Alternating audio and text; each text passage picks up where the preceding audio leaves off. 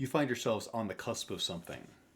You are in the ruins of the Lochlaren home. Dusk is beginning to set. Look east with me, you pure vampire, you hurried alchemist, you one-eyed caitiff. Just down the way there is a tavern, and a mother is decorating a room for her son. Past the river there is a unicorn nudging a body. Farther east, elven scouts find the roads well traveled as they seek out the rogue Coralites. East beyond that there is forest and then desert and then boundless seas. But our world is here. The boundaries of what we care about do not go so far. And so look west with me, you sure shot, you star-crossed girl, you priest of the heart. This is a common theme in history. The traitors arrive at sword point. The fist doesn't march as much as slowly expand, turning roads into turnpikes and hinterland into civilization. And to your west there, the long road to the Sword Coast feels increasingly short. What brought the fist here in the first place? What do they know about what's down there? Tonight ends when you long rest, where you will level twice. It has been a long day. When you rest tonight, you may have a decision to make.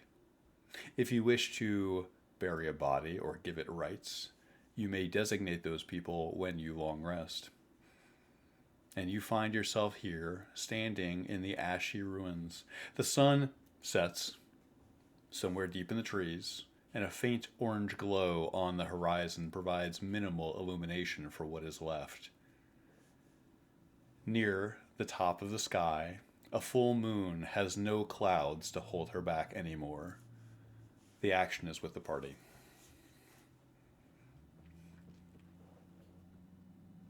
Across the table, we did end the last session vaguely with Tilda casting message. Is that still on the table or no? I cast message and heard a message back from my mother indicating that she didn't know that her son was dead. Right. And no way was to varying degrees of success attempting to console me. What does Tilda's face look like when she gets this message back from her mother? You know the feeling you get when you say something you shouldn't have, and you feel like a wash through your body, starting at your head, of cold emotion? Yeah, that's that face of dread. Tilda, did something happen? My mother didn't know. She didn't know, and I just talked to her like she knew, and she didn't know. I don't know how she didn't know. You you need to go see her. She needs to come see me. Should I go get her? Can you? He nods. Currently, where do we have our cart of hidden bodies arranged right now? Is it over here with us at the remnants of the Lochlaren house? I think Rain would have tried to keep it out of view, so it'd be southwestern corner, probably tucked aside.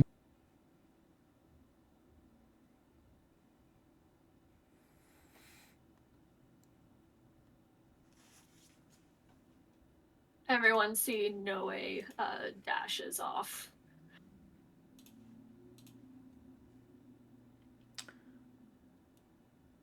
Are you dashing to. Well, let me not lead the question.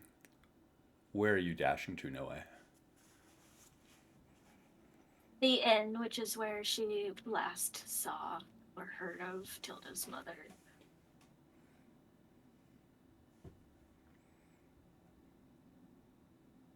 No, I mind if I go with you? Oh, Kason, yes. Yes, it would be good to have you come along. Hilda, I think, just told her mother what transpired. Their family's been through too much.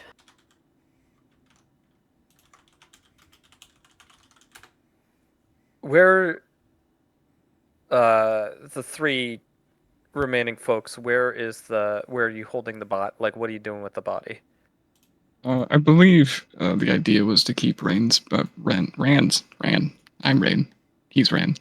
Their body on the cart in the southwestern corner. All Rain did was dig a hole, which I believe at this point he's probably finished with. I think the whole proceedings would be left to Tilda's mom and you. I'll walk up. Who's so obsessed with the moon god, we should probably do this at night. I think you like that. Leave the discretion at your end as well, Tilda. It is the right of your family. Should we be here?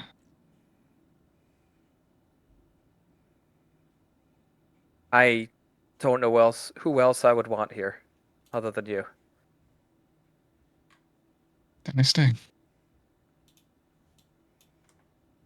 Can we give him a shroud?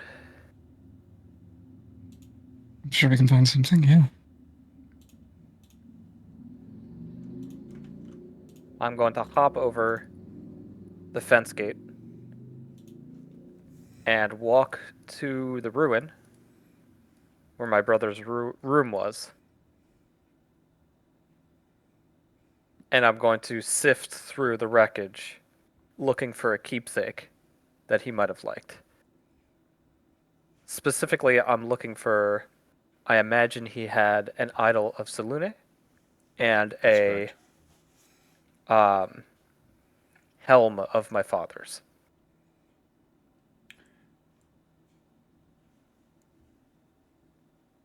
Buried within a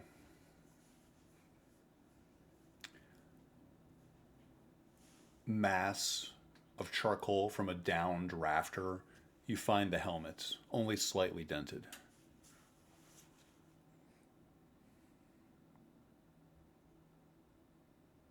As Tilda's sifting through the wreckage, Rain will turn to the two left. Can you watch her for a bit? I'm going to find this shroud, perhaps a bottle or two. Then Rain will make his way to the watchtower. He was inside the little hatch at one point or another where Rand could hold up. That seems to be his end destination here.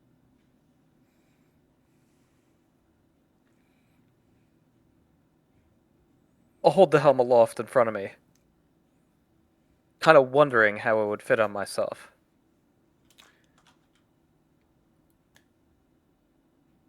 You hold it up and silhouette it against your head. Ash falls like a halo around the helmet as you hold it up. You feel like it would fit. How's the purple plume looking at the top? Crushed.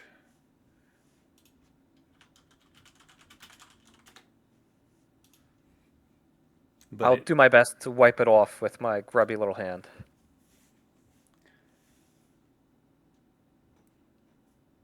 You do so.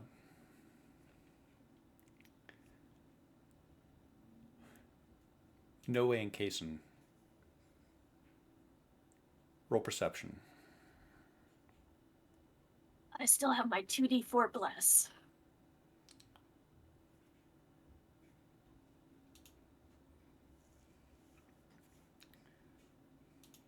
And then, am I adding something from Noe's aura to this? That's just for charisma saves. I can give you a 1d4 bless, though. I will give you 1d4. Oh, thank you.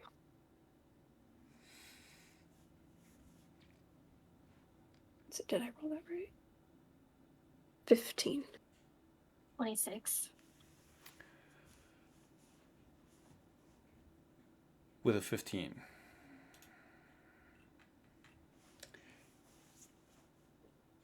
You hear something inside the walls of the Lonesome Tankard.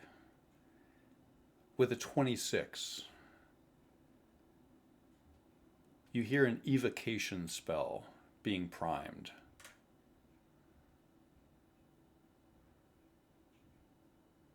Does she recognize the voice? Do you? It sounds familiar. It sounds feminine. Well, let's just hope it's someone throwing a barn raising party to celebrate the wall being fixed. No, They go inside. Noe tells Jason somebody's casting something. Be on guard.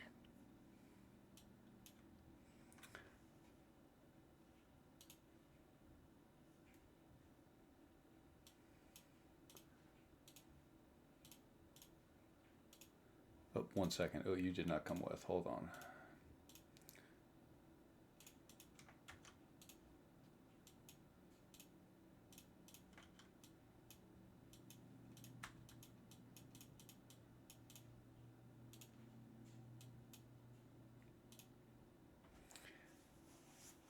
As you are moving to enter, someone else is moving to exit. It's Elaine Lochlauren. In her right hand is a glowing golden mace.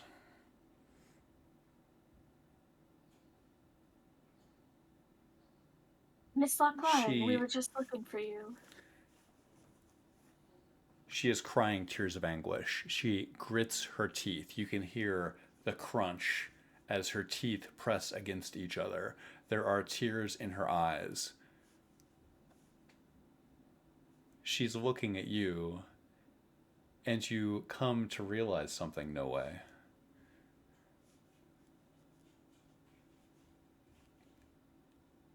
She blames you.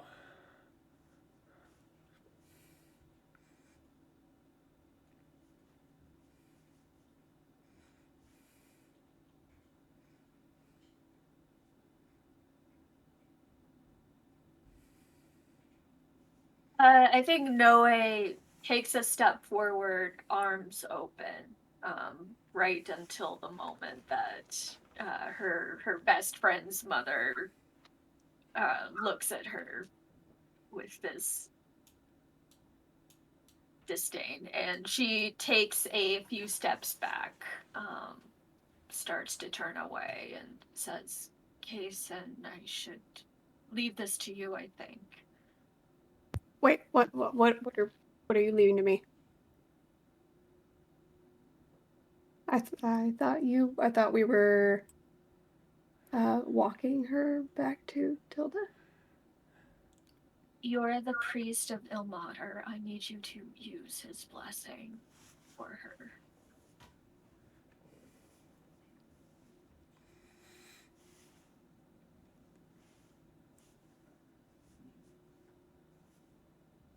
No is not sure how else to convey. This woman is armed and looking at me. Yes, He's thinking. He's thinking. your thoughts, Kason. You realize what is in her right hand. That is a holy weapon. This must be a holy weapon provided by Selûne. She is filled with rage and grief and lets out a wordless moan of anger as you slip away, No Way. She's advancing on you.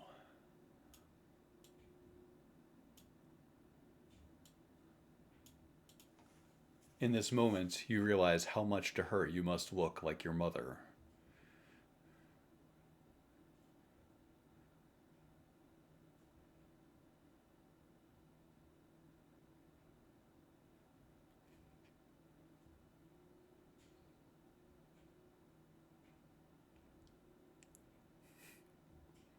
I think he's completely faltering at this point, and he's running in his mind through various spells, abilities, prayers, anything, feeling very acutely that he is extremely new to the path that he's on, and he's going to try completely in vain to use emboldening bond to try to sort of tie them back together, and I think it does not work at all because it's for people who are at peace with one another.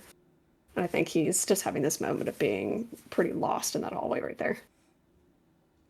Yes, you attempt to cast Emboldening Bond. These two are not friendly creatures. I think Noe turns on her heel and runs.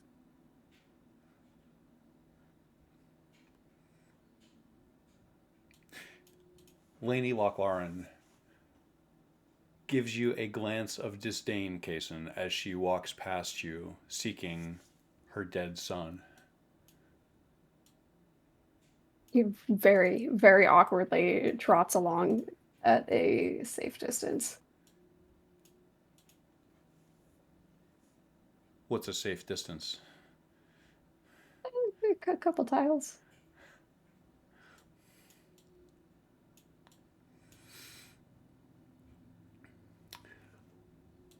What's happening as... Well, actually, no way, where do you run? She's running north towards her own house. One moment.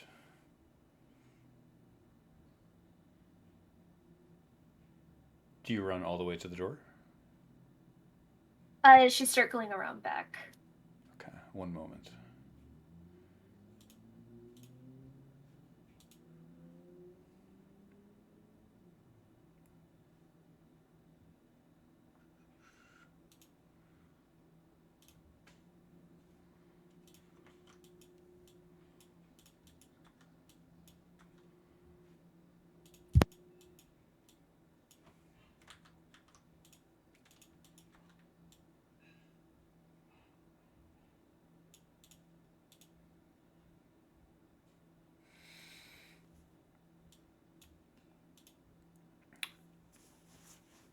It's getting darker in a way.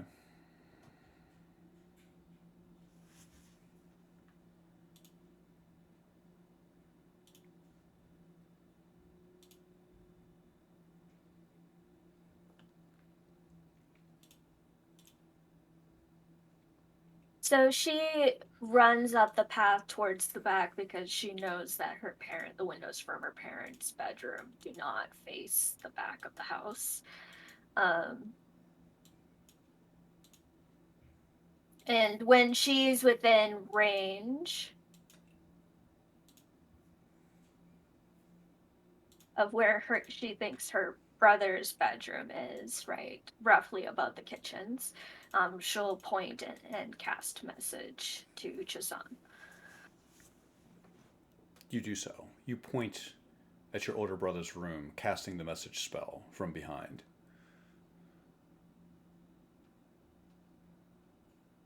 Jason, it's Noe.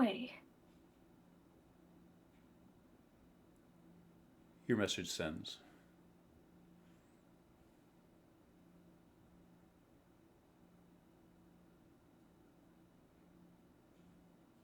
You breathe by yourself in the darkness. You can hear yourself breathing, Noe.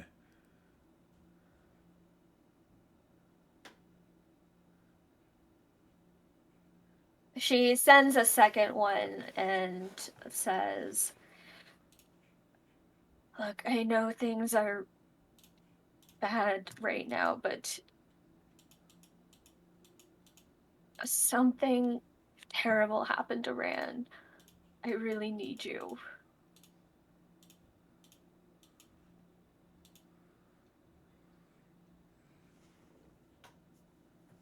Your message is sent.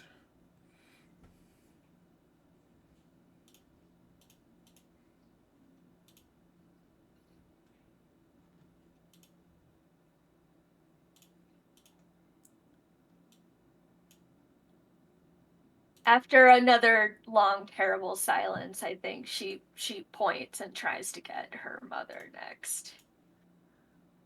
What message do you send to your mother? Mother, Rand's dead.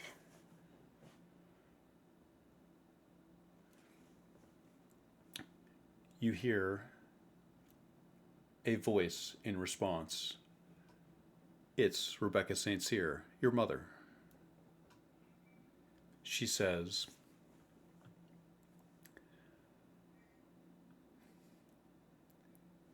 I don't care about Ran. Where's your father? Where are you? Where are you I'm- right now? She messages back and says, I'm outside the kitchen door.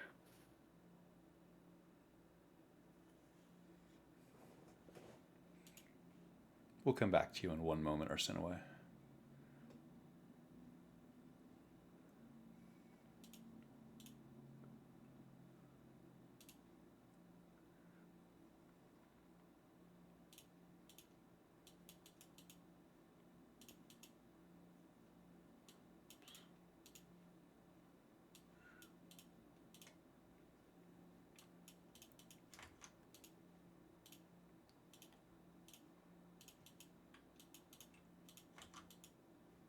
We got a bonus no way on this map. I'm getting to it. Thank you.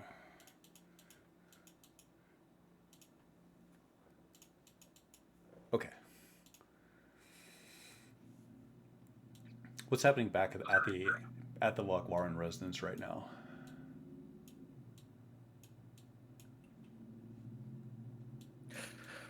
I am looking around for things in the ashes of my brother's room, but just kind of wasting time, if I'm being honest.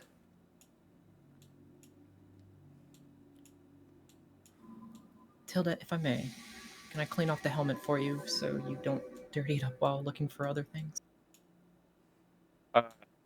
Without looking, Tilda, crouched down, will hold out the helmet behind her. Hey, Julianne will grab it gingerly, and then from her pouch, she'll pull out a cloth and dab it with some water and just try to get some of the dust and debris off the helmet while Tilda continues to dig. Jason. Yeah, okay. Well, we found your mom. Got a little problem. Found her? Was she hard to... What do you mean? Well, you'll see when she gets here. She's having a rough time. I expect she will... Oh. I'll stand up. She sees you and wordlessly descends upon you with a hug. She tosses a golden mace onto the ground that lands in the ashes.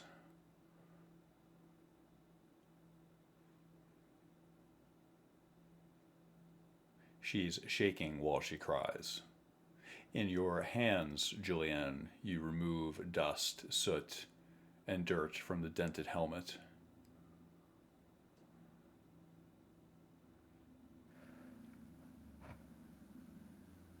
I'm so sorry, Mom. She's shaking with tears.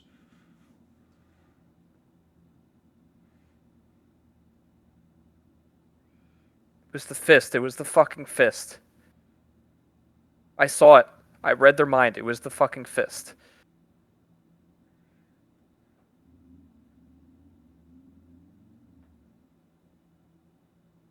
She's ugly crying into your shoulder, and she nods. So it wasn't the St. Cyrs?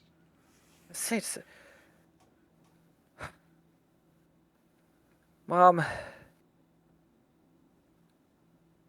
we found the fist coming out of town, and they had a cart. I don't even want to look at it. It's gonna make me sick again. But they had a pile of bodies of people who had, they said, attacked them. I cast detect thoughts, and their story was real. Ran had charged them alone. I don't understand what he was doing. There's something happening around here. He didn't deserve to die just because he charged in alone. The fist killed him. The fist fucking killed him. Why would they kill him? He's a boy. Take me to him. I'll walk over to the cart, and I'll gesture at it and turn around and say, I can't even look at it. I can't. She takes a long moment, taking a look. In silence, she stares at Rand's body.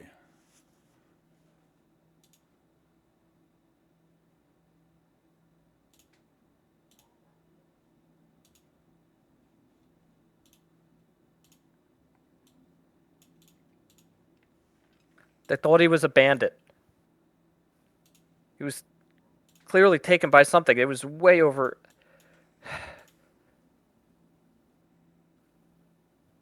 Everyone seems to be upset around here, and whatever psychic thing you've been talking about, I think it took it for both of them.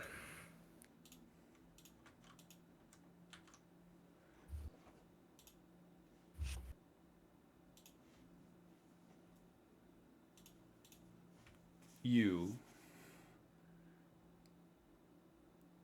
turn to your mom and tell her that all of these things tie together. There are tears running down her face, and she looks away from her dead son and looks over at you for a long moment, Tilda, as if she's thinking about asking you to do something. But first, we check in with our Sinue St. Cyr. Our Sinue.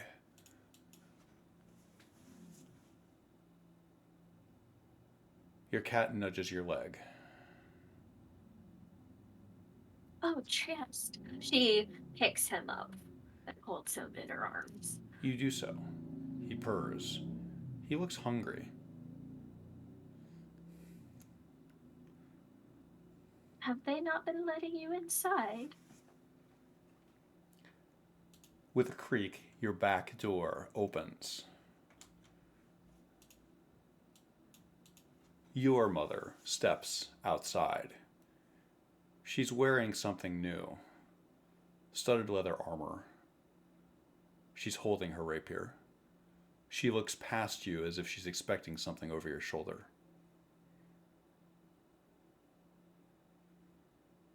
When she It sees is just Noe alone in her Under Armour. just you alone with your cat.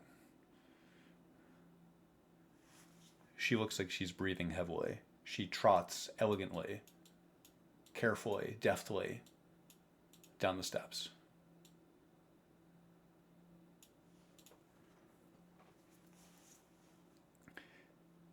She approaches you and makes eye contact as if she's trying to figure something out from your eyes. I'm going to roll something. You set the DC for me with perception.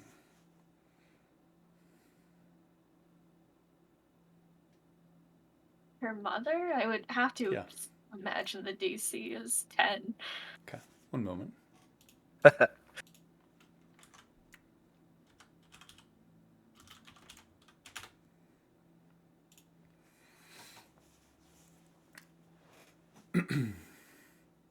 She makes eye contact with you as if she's trying to suss out why you're here. Arsinoe.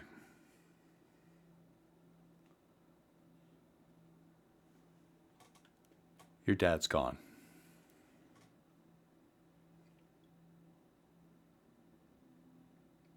And I can sense from the look on your face that you don't know anything about it, do you?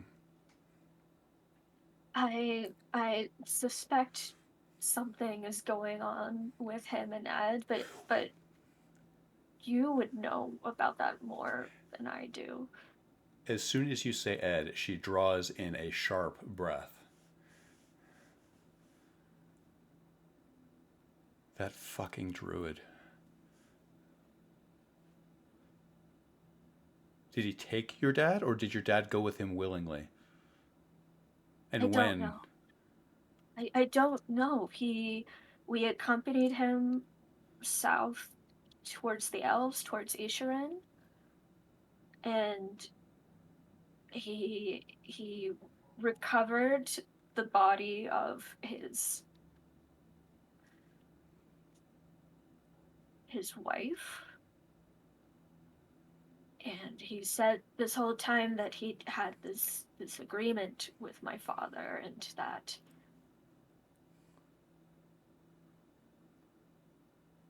Mother, where's my brother? Your brother went to go look for him. I stayed here. He could not be talked into staying. And now I fear the worst. Where did he go? East. Across the river. He told me if you... You sent him alone? I didn't send him anywhere.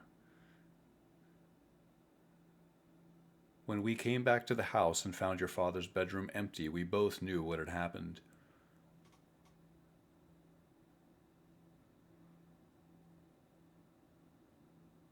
It was either that or both of us go. I wanted to stay here.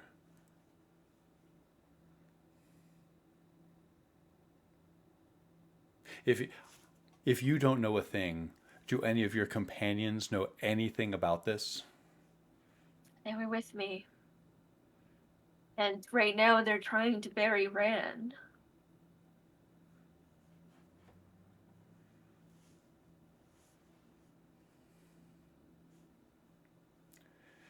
She sighs, exasperated, and looks out over the water.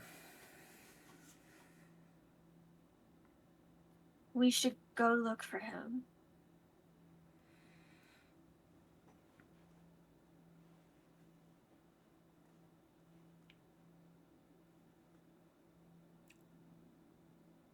You should go look for him.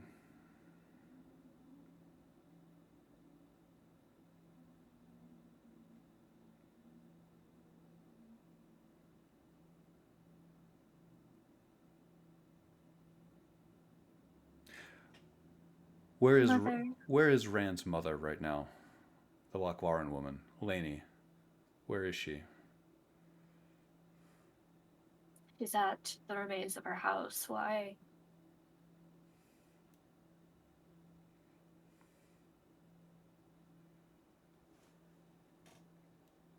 Because I don't trust her.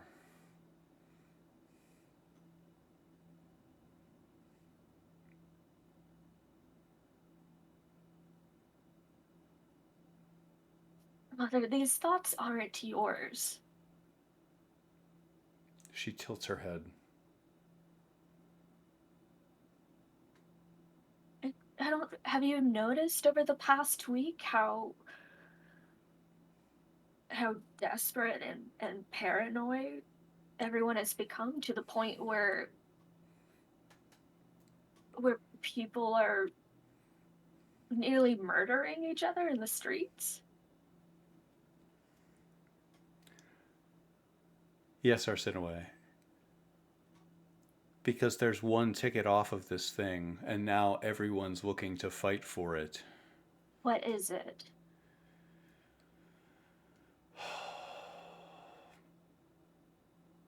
Or rather, maybe I should ask you, where did it come from? Maybe it's always been here. We didn't put it here, that's for certain. Your father's father found something.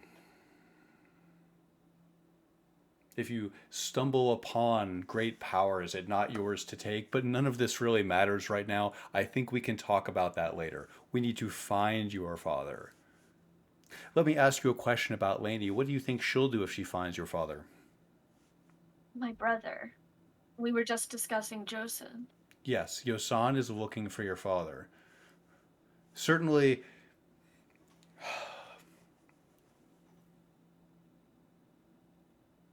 Do you remember, did Father ever tell you about the legend of Saint Cyr? Of course he did. There's at least a dozen books in the library. He made you read them when you were young. The gilded ones. You've probably forgotten that one. Well, I remember the pictures in it. I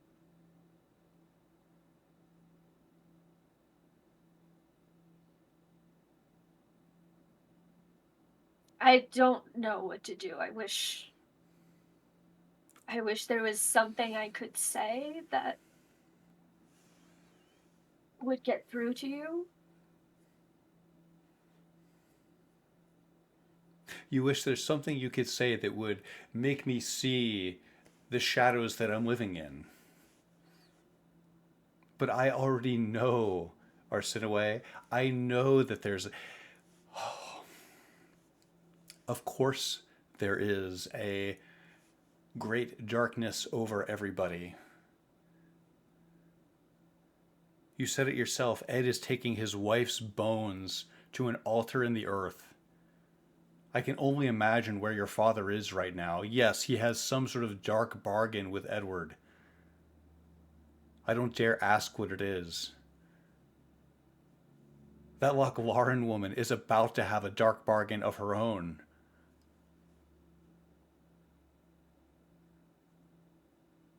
What do you think she's going to want to do with her dead son? And hundreds of feet away, Tilda, your mother turns to you. Behind her is the body of Ran. She places her hand on his shin and looks you in the eye.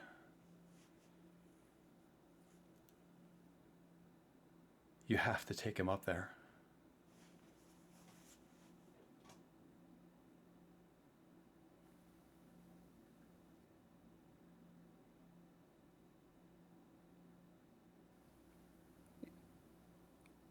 Mother.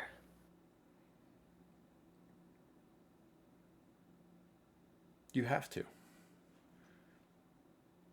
Think about it. This is why Selûne granted me this site. This is why I was writing papers about this last year. That's why all of this came together for this moment. When all of my foresight would allow me to save your brother from what lies beyond. We can go get him. Just take him up there. You'll know what to do. Mother. She has a little smile. She wipes tears away.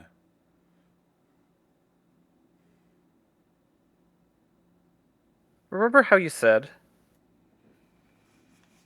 when I went to Isherin, that Ed would protect me?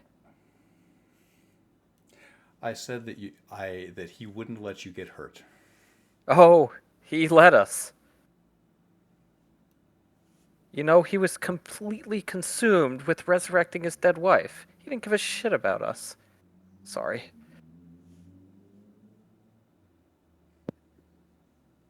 And you know what? With what's gripping this town now, I remember 2 nights ago you sent me to find Ran. This could have been you. It could have been both of you. It could have been me, it could have been both. You said You're yourself, a powerful wizard. Why are you sending me? He did not Are you sending me deserve- off to die? Tell me, are you doing that? You're sending me off alone into the woods. I can't face any of this stuff. Are you saying that I sent him off to die? Is that what you're saying? I don't know. I don't think you had anything to do with this. I'm here now.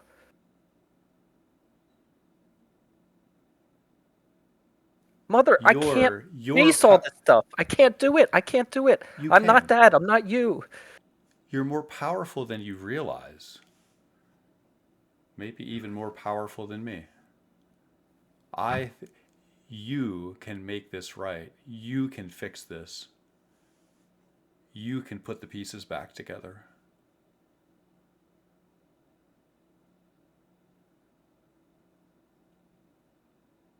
I can't. And what do happens it, if I Tilda. don't? I can't do it. I can't take his body up there. I can't Why? do it. Why? She Why? turns. Why? She turns and looks at his body.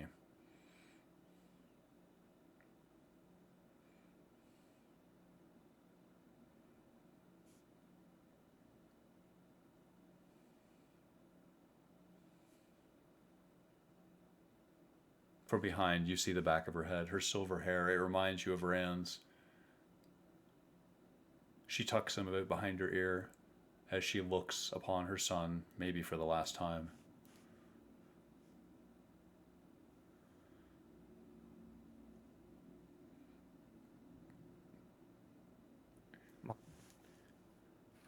whatever's going on in this town.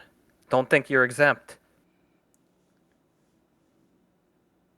When you say this, she snarls, turns around, and grabs you by both shoulders. And neither are you. What about your duties here? You say that just because I'm a powerful wizard, this falls to me? This is your family too. This is your brother. You come here and say the Flaming Fist killed your brother and that's it? What will you do? I wanted us to go together. You're just gonna sit here and let me go off on my own? I don't exist to fix your mistakes.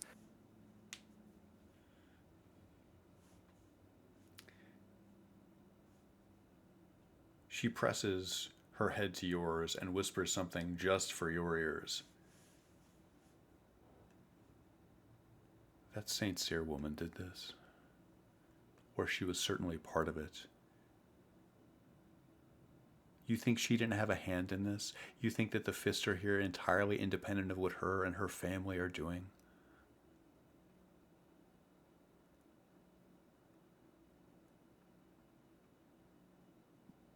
I will push away from her. You do so.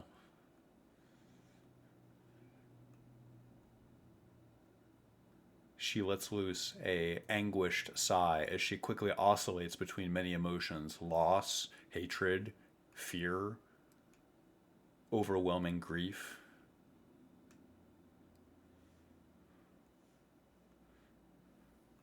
She paces back and forth. Can you just let me bury my older brother? Why do I have to be the adult here? He's my older brother. We grew up together. And I don't want that story to end. Yes, you grew up together. You just grew up. He barely 2 years your senior. What, and he dies because somebody thought he was a bandit?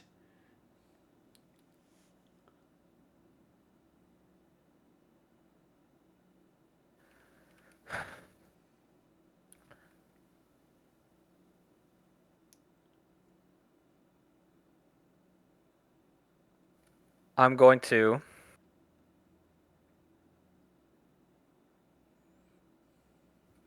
What's the sky look like? Clear. The sun Is the moon out? The sun has set, the moon is out. The moon seems particularly radiant tonight. It's a full moon. I'm going to look at the moon and say a reluctant prayer to Selune.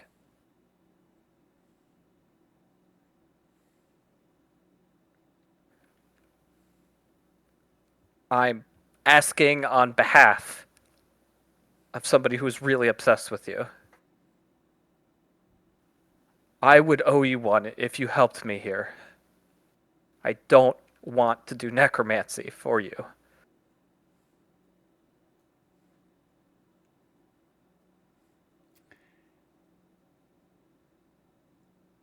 You grab onto something, Tilda. You can feel it. The moon looks down upon you, and you know that you are blessed. You feel that if you pulled just a bit harder,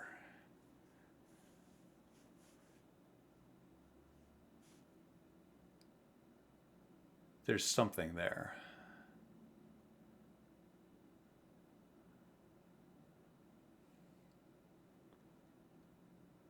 Do you stare into the moon?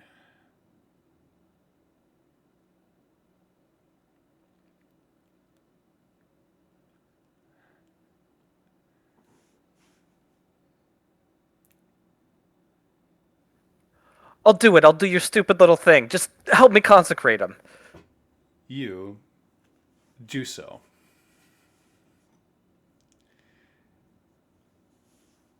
It starts as a faint glow in the corner of your eye. And then you see Rand's body emitting a bright white light. Your mother falls backward onto her heels and then her back, as the flash of light stuns her. After a long moment, Rand's body is gone. What is left in its place is mere dust. Above you, the moon seems particularly luminescent. Your mother looks up at an invisible connection between the spot where Rand's body was and the sky. Realizing what has been taken from her, she collapses into the mud, crying. I'll whisper, "Thank you." And I will cover my mother. You do so. And I'll join her.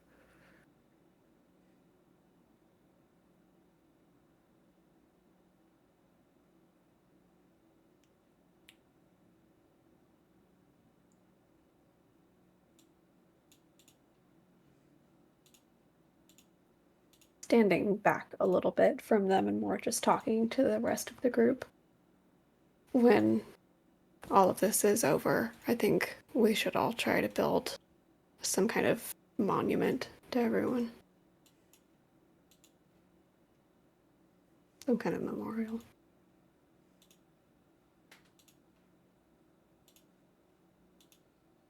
Who is this directed to? The group minus Tilda. Minus And Rain. I believe it's just Shucky and I still there, right? I can't tell. I'm on a different map. We all are. Oh, I was just looking for, I was like, where is that map? But I apologize. I meant to flip back to this. Arsinoe, you sense something like a lightning bug in the darkness, and then it's gone. Trieste patrols around your feet, occasionally nuzzling your calf as if seeking something.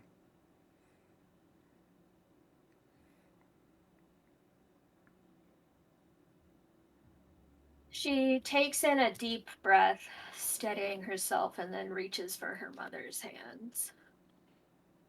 She accepts both of your hands in hers. She's wearing doeskin leather gloves.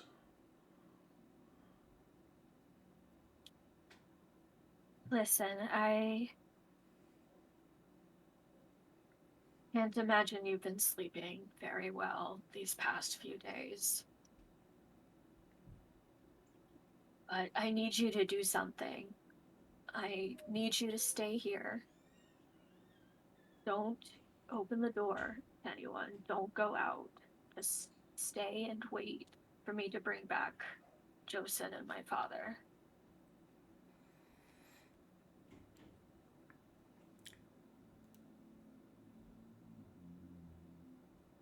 There's something that I need you to be prepared to do.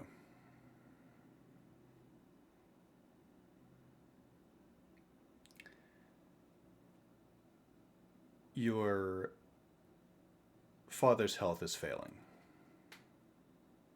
I know. We've known for a long time. I suspect one of the few cures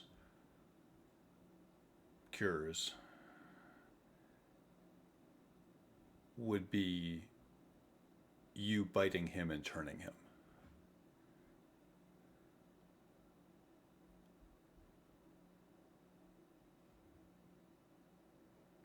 She looks down and then back up, I think looking hard in her mother's eyes. He wouldn't want that. That's correct. He wouldn't want that. But he may be past the point of wants, needs, and preferences now.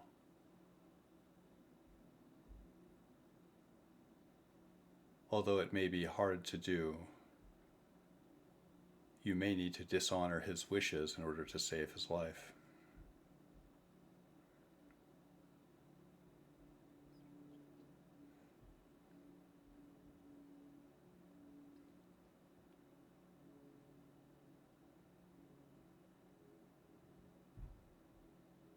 I don't know how it's been for you. I know we don't really talk about this, but I've been imagining what the days would look like when father passed for, well, for a very long time. It is hard, I think, especially for him, to have the specter of your death as your constant companion. And to see that reflected in your family who loves you, obviously, does not want for you to suffer. And my oath, more than anything else, is to show that his suffering and ultimately his death will mean something. Not only to us, but to this entire town for whom he's worked so tirelessly for.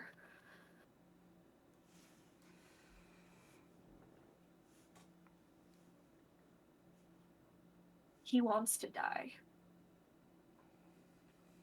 I am his daughter. I love him. And I want to do as he asks, Mother.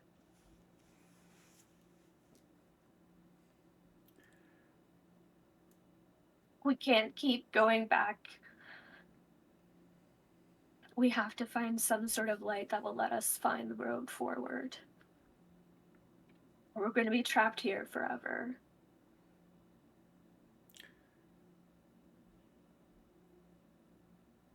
She gives you a sad little smile, Noe, as if she suspected that you were going to say that. She brushes the hair from your face and says,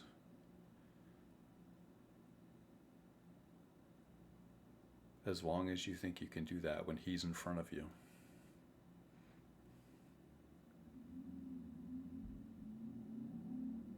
When he's at your feet,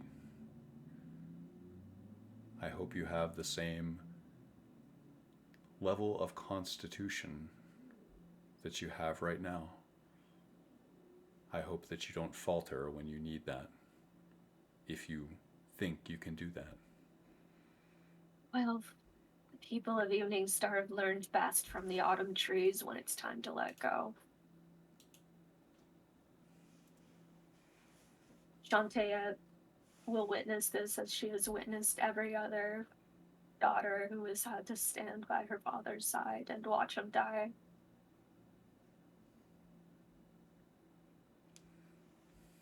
It will be okay. Please believe me.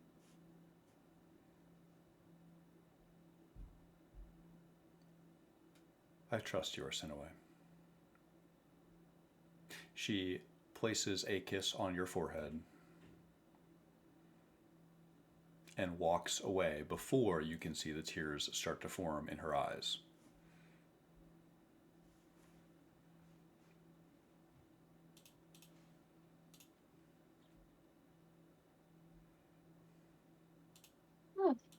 She lets her mother walk away. I think she does follow enough to make sure that the kitchen door is going to lock, but she'll also catch the door and leave it open long enough for Trias to dart inside if he wishes. You hold the door open for Trieste, who darts inside, turns around quickly, and attempts to sneak back out before you can close the door. Do you let the Trieste wander, or do you lock him inside? She locks him inside. You do so. You can hear his soft feet plodding on the floor inside. And once again, Noe, you are alone at this spot that overlooks the Starwater River.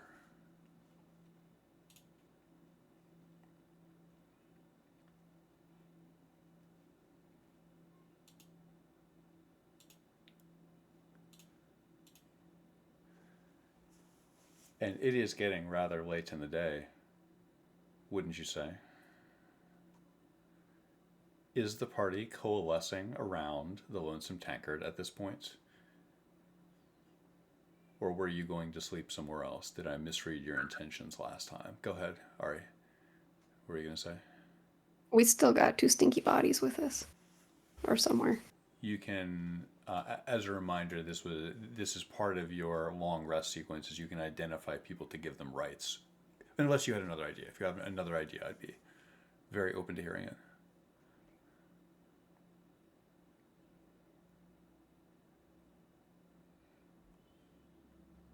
Feel free to take your time. Does anyone else have business actions? Describe your intentions.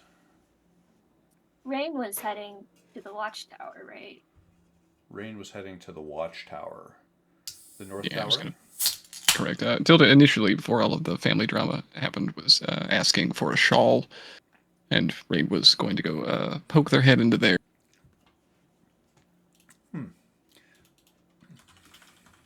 One moment.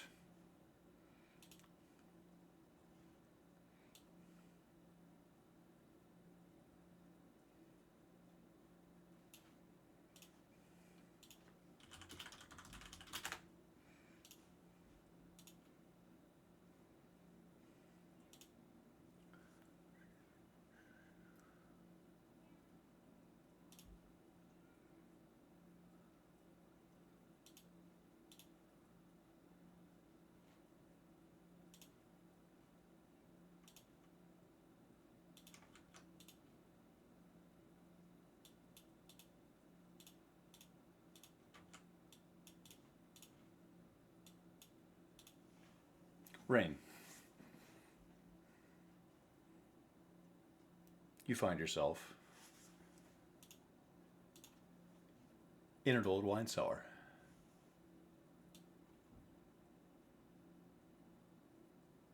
Rain only came down here for a brief couple of moments as soon as they came into town. Yes. They were down here with Tilda, giving her her birthday present, and he sort of flashes back to that.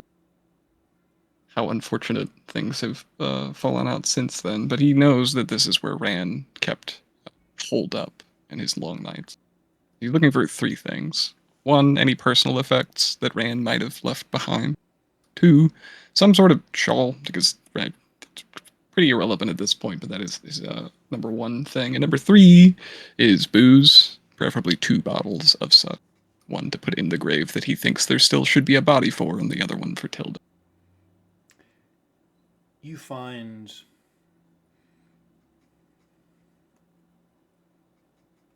a small birch box subdivided into 6 compartments, each containing a brown bottle of locally brewed ale. You find Perfect. a faded deep violet tabard that appears to have been used for irregular members of the Cormyrean infantry. You find a green feather pillow that you think must have been used by someone stealing sleep down here.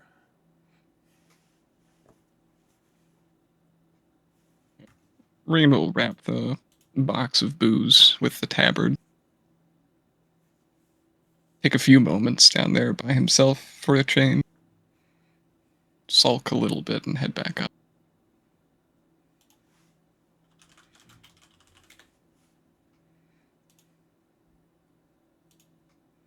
Leave the pillow behind.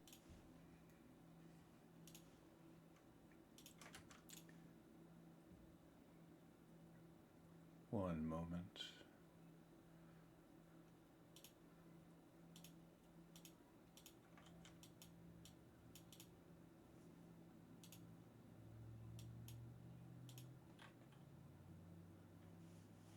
You return to find Julienne and Kaysen, Chucky, and a mutually grieving Tilda and Laney, both of whom are standing close to a cart that seems less loaded than it was before. You notice something conspicuously missing from this scene, Rain. I think sort of stunned, Rain just walks up to Jockey. Oh. He'll poke his head over the grave to see that it is not within the burial site, and then back to Jockey, just holding the box.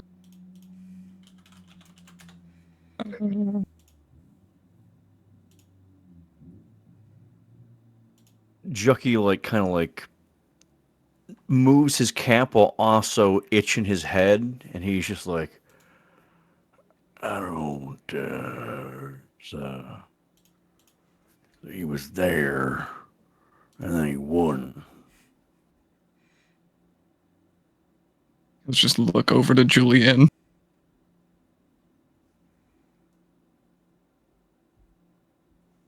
I leave you all alone for all of, 10 minutes or so. Find booze. And you lost the body of her brother.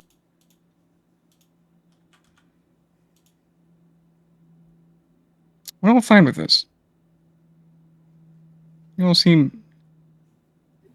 He just inhales. Go ahead. It's... Those two did something. I imagine a last rite or something like that. I'm not familiar with you religious folks' process, I suppose, but as Jackie mentioned, he was there and then he wasn't. Perhaps Selune took him into her embrace, or he's been returned to the weave or something else. I am not sure, unfortunately. This is beyond my purview. Alright, well, as long as... it's been a particularly long day. How about... Rain kneels down to where the hole he dug was and unravels the tabard from the box. And he cracks open the box to the first bottle and uncorks it. And he'll pour it into the grave. This one for him and the rest for us. So he'll take the second bottle out and begin to drain it. You do so. As Tilda and Lainey are talking, I'll spend a couple moments just trying to gather any little wildflowers in the area to put in the grave, being mindful of not crushing up lots of foxglove in my fingers, trying to find some other flowers. And just put them next to the shield that I drove into the ground there. The body may be gone, but his memory will still be here at the estate, and he still deserves a send-off. So I think we should still proceed with what you've gathered. Nice gesture all the same.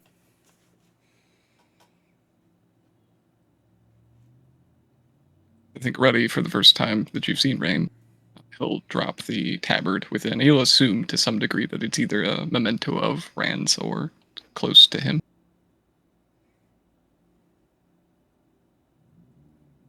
I don't think we're all going to fit down in the watchtower. I think the inn is preferable. Also, where is Noah? She had some resistance about staying at the inn, I remember. You went with her to the inn. What happened?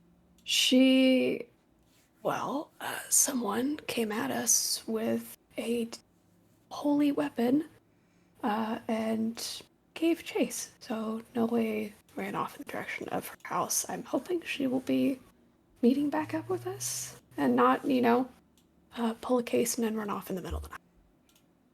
At least you're becoming self-aware.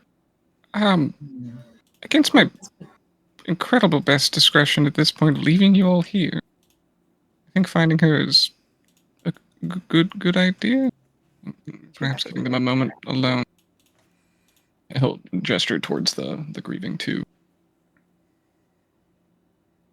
To be clear here, her father wants to kill her.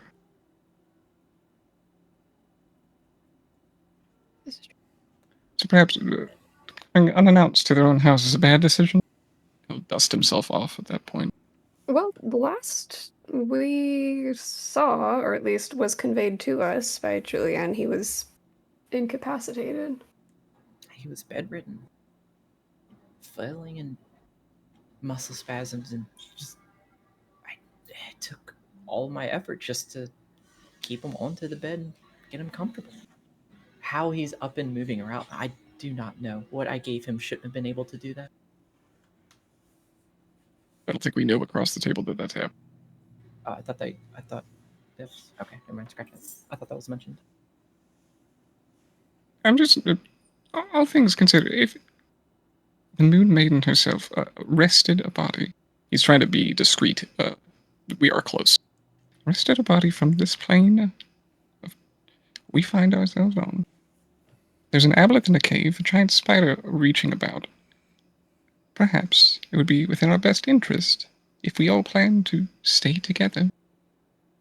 Go into a cave with a primordial entity tomorrow. Ensure that no one gets whisked away in the darkness. So, I leave them to the rights, and I am headed yet again to a domain I am not willing to enter. Shall I go in your stead and you stay with these two?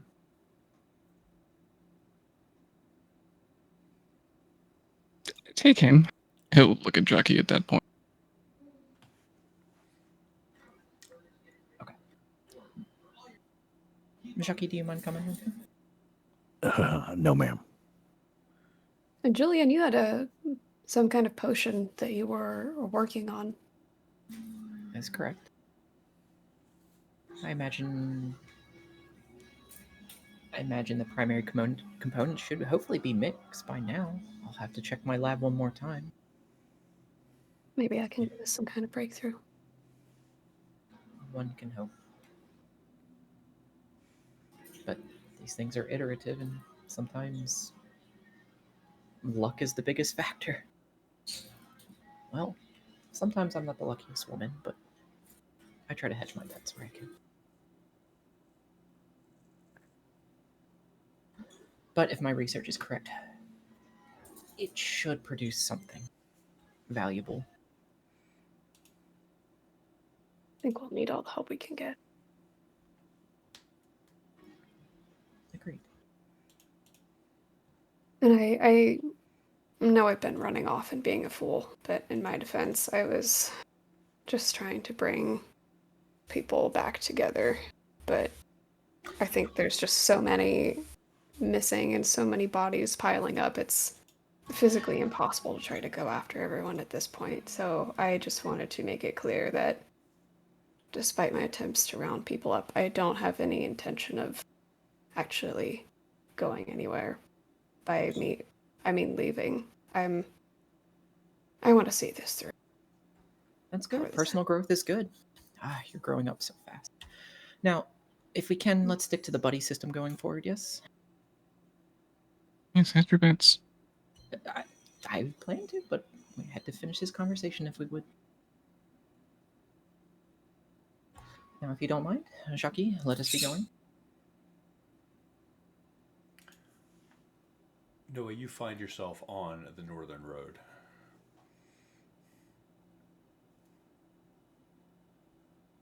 If this is an acceptable place to place you. She wanders sort of listlessly south towards the tavern, with her hands clasped over her heart.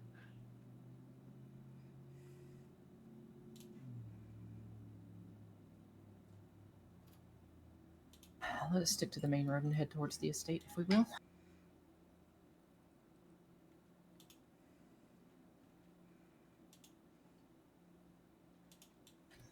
At the moment, I don't think any shortcuts are a good idea. I did have a question. Does the town seem particularly empty? Not just now, but for this entire time we've been here. For a town of this size.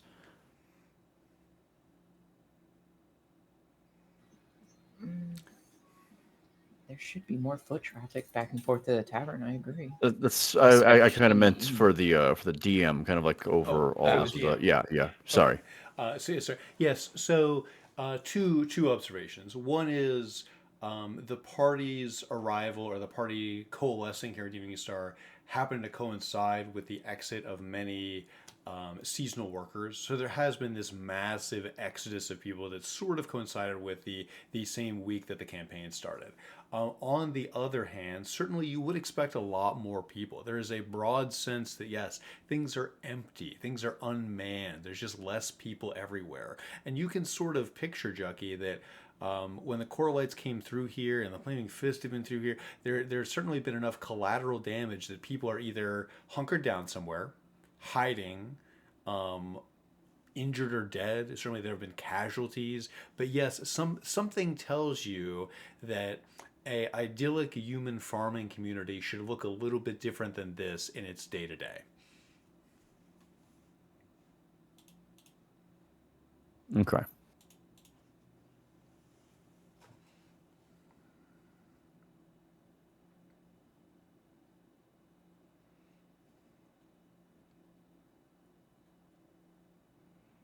Well, the search was easier than I thought it would be.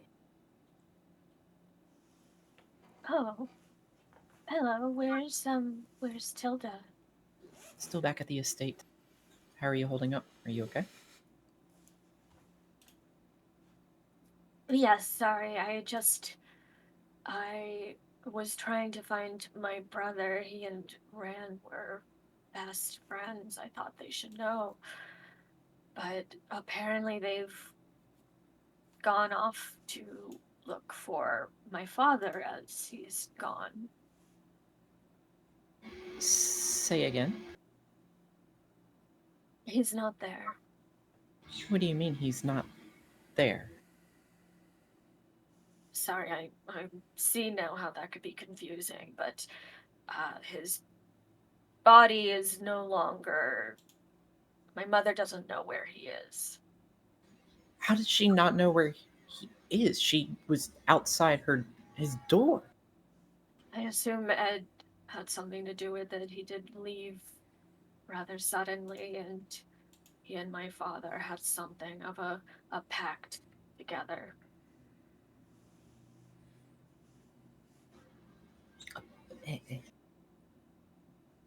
Let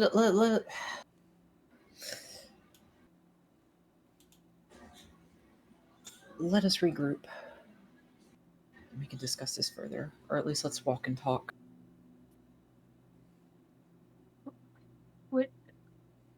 Is it terrible if I don't look for Jusen right away? No. You don't need to rush off and search for every single family member the moment they're gone. Well, these He's- days when they leave, they don't come back. We'll find them. Because we need to find your father now, too. But we're not going to do it by splitting the group apart. And I think we It's- need rest. Whatever's going through this town, we need to keep our heads on straight so it doesn't start affecting us. Mhm. You're right. It's If it isn't already. I can feel it in my mother. I could see it in Elaine when she passed me. It's like these dark roots choking everything. I'm sorry, I didn't know what to say to her. It just caught me so off guard.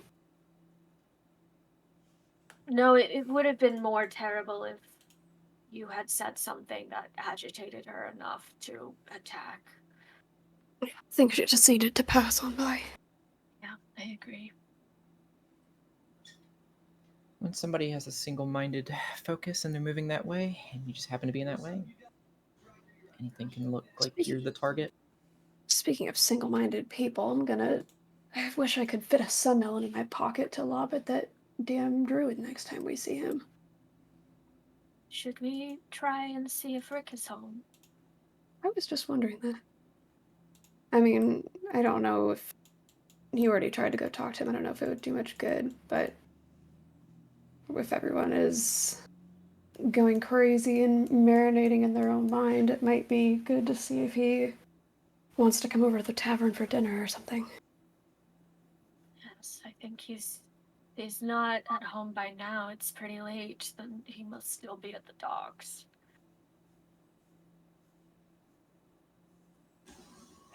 Well, if you must check, be quick and then immediately come back. We will. His Sleep, house sleep is deprivation and hunger are the first steps towards lunacy. his house is by your lab. It would be easy for us to group up and check on the way to your lab if you need to grab something from there. My stuff can wait. We could also check in the morning. No, we'll go right now. It'll be very quick. We're waiting on Tilda and the rest to come back to the inn anyway. Mm-hmm. All right. Well, go attend to your errand and don't tarry. Stay together.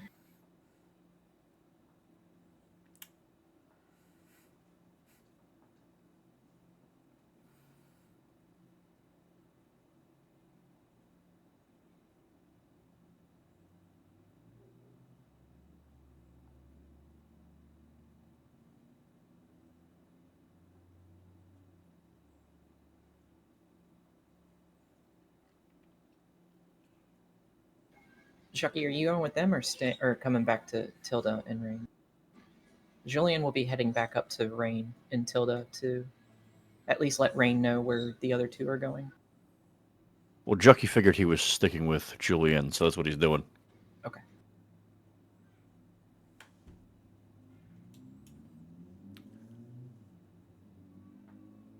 Case in no way. The front door is slightly ajar.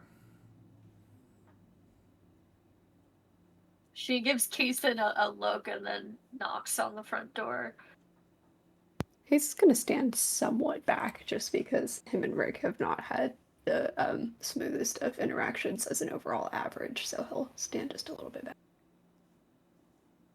You knock on the door.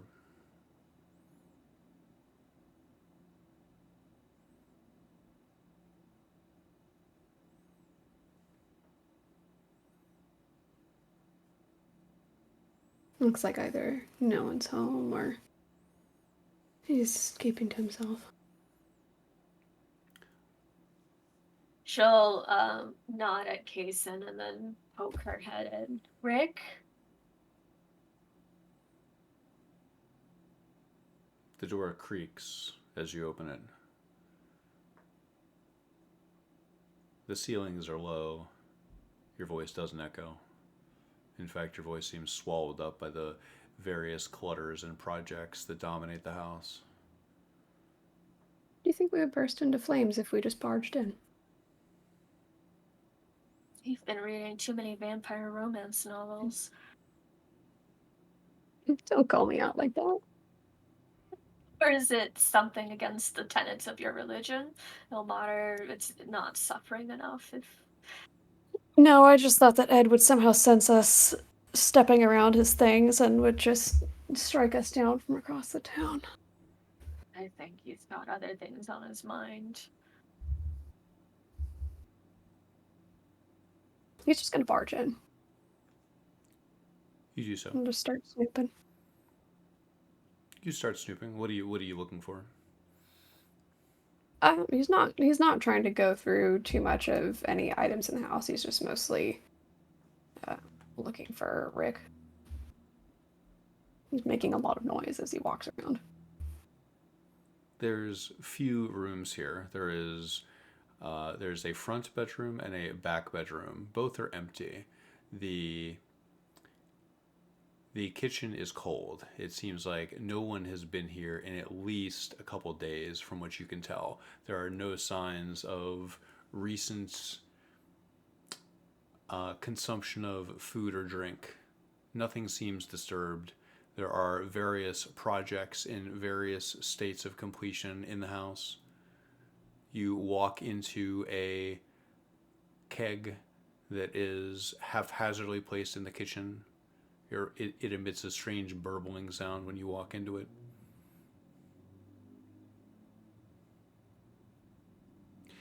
I'm getting two impressions here, Noe. One is that Rick has probably been sleeping at the docks in order to avoid his father and just sleeping where he works, which is probably for the best. It's safer than him walking back and forth across the road. I'd rather he just stay there where there's other people and it's further from all these strange attacks. I'm also getting the impression that Ed just simply hasn't been sleeping. He's not here.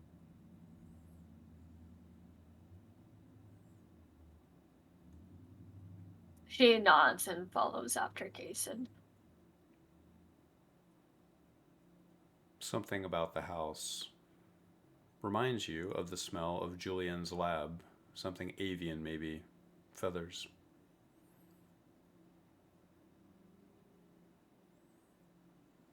It smells like owlbear. It's very distinct. Well, let's meet everybody back at the inn then. I was supposed to give Alice's payment tonight, but I have a feeling I'm not going to be seeing her. Maybe we can ask around, see if anyone's seen her. If she had any sense, she'd be gone by now. But I don't know if she could afford to. I wanted to, when we get there, I'll check in with Rain if we still have plans about those little seed bombs. There's just a few other things to check on, but then I should probably wash all this grime off myself and actually, sleep in a bed. Been a while.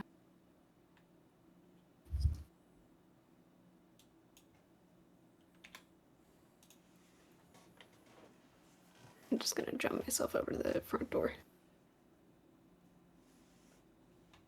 Or no, we're going this way. No, we're going to the inn. Okay, There's I no didn't know point if we in were going meeting back over and there and forth. then going this way, or... Okay, one moment.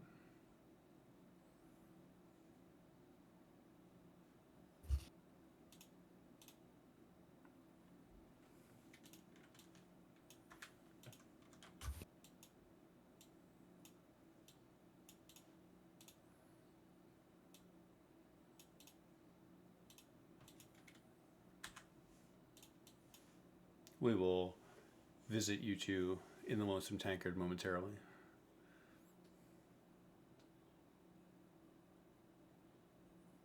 In the interim, Julian and Yucky had filled Rain in, that everyone was found and accounted for. We've probably been here in this swamp of grieving for an hour-ish, I would say, yeah. I concur.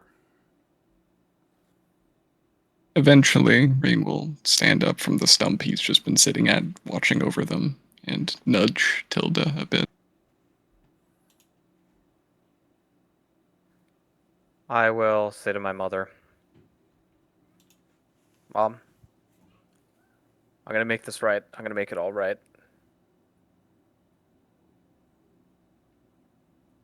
I'm going to make it so this wasn't in vain, and I'm going to make it so you can think clearly and do your divination again. I'm going to fix it all. Can I have...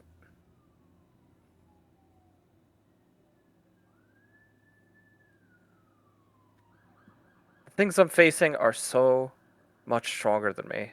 Is there anything you could do to help me? We're going to set out tomorrow. We're going to get rid of this rot in the land. A book, a weapon, a blessing, anything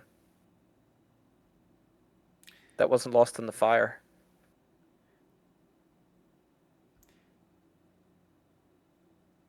She turns to you, and for a moment she can't make eye contact. But then she gives you a sad little smile. She produces something from her robe and places it into your hand. It feels cool to the touch. Ah, it's a pewter salune. You sense that you could draw upon this if you needed to. You sense that it could empower you. She silently places a single kiss on your forehead and then turns to spend time with what remains of Ran. I'm gonna get up and kind of, do the chin nod that you give the bartender in a crowded bar. I follow. Being the bartender at hand, Rain will take one of the last 2 remaining bottles and shove it into Tilda's hand, and leave the last one in the cask next to the grave, presumably for Lainey. I will get Julianne's attention. Yes. The helm. I had set it over there, gingerly on the grass, so it'd stay clean. I'll walk over to the helm and place it in the grave.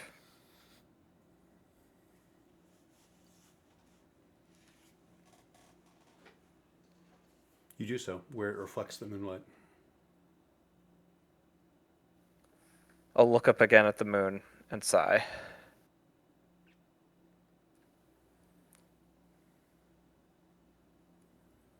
Mom, I'll be at the tankard. I'm striking out first thing in the morning. I love you. I love you too, Tilda.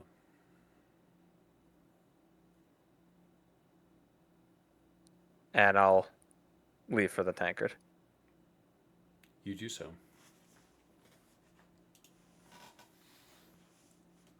It seems like you do as a group. Is that fair? Is it cool if we take a 5 before we do the tankard? Absolutely. I will set things up. You take your 5.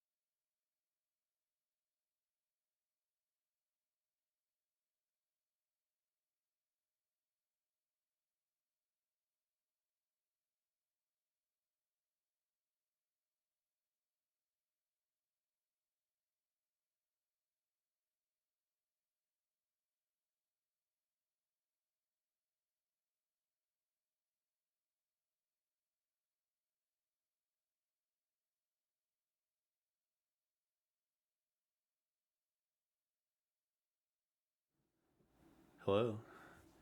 Hello. Whoa. Bad news, everybody. I was too tense about D&D to pee. So, Whoops. That's a big whoops. Instead of tent, you should just be TP. Mm-hmm.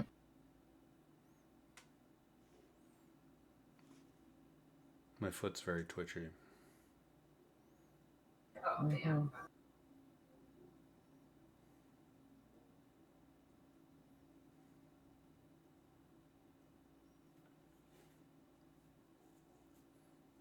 Yeah, sometimes I help with the anxiety of the game. I just had to like do stuff at my desk when it's like not my moment.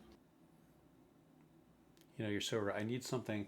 I don't have anything in my hands today. Yeah, that's the issue. So true. Mm-hmm. Dialogue becoming too tense. Shuffle through magic card. Okay, Yeah, I have a D12 that'll have to do. I've just been I've been putting together Warhammer guys. What are we fiddling with? A D12. Anything. I always have one of these nearby. Oh Yeah, yeah. yeah. Oh, I love Mhm. those things. The little squeeze grip trainers. Oh, that's the best. That's really good because you can really rip it. Me and Dave have talked about those too. The Captain of Crush things. I had 2 of them at my previous desk, but I think they got lost in the move or they got thrown away or something. They're one of those things that like every couple of years I buy a new one, having the old one being totally unaccounted for. It's the same way with Mhm. like pens. You know, it's very confusing. I don't know what that property of objects is called. It's like ephemera. It's like Junk drawer stuff. yeah, pretty much. It's like herbal medicine in RimWorld. Yeah, I keep a giant mug of pens like on my desk at all times. So I pretty much only use zebra pens. I have probably like 30 refills laying around my house. Do you know how many pens I have? None. They're all gone. I just buy a new pen every time I lose one. I've never used the refill. well, yeah, because I bought like 16 zebra pens for when we were playing D&D at my house, and I have 2 in my cup. So I know a couple are like in my work bag and one's in my purse, but it's like the others I don't know where they went.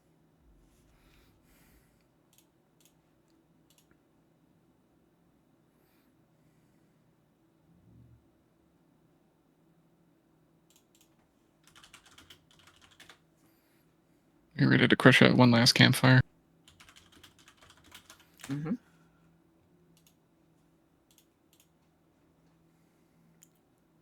You find yourselves in the Lonesome Tankard in Evening Star. Kaysen and No Way, you arrive first, finding an empty tavern.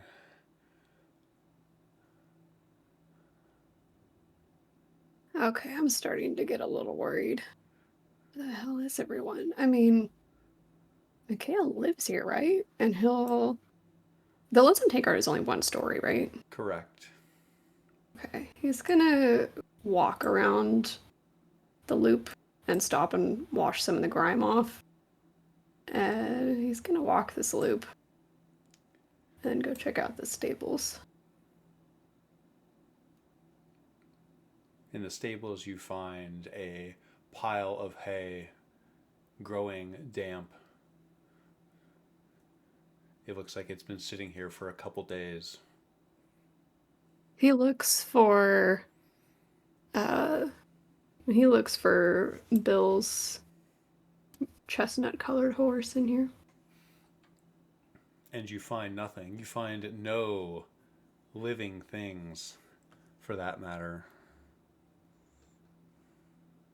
I wonder if that's what our deceased vampire was snacking on. Oh dear. He'll take out his little scraps of paper and write a quick note to Mikhail. Something kind of messy and haphazardly thought out, something about to give Bill's horse some extra apples, and letting Mikhail know that Bill has passed away, and he's going to leave that on whatever stall looks like it may have been most recently inhabited, and then he'll head back inside. You do so.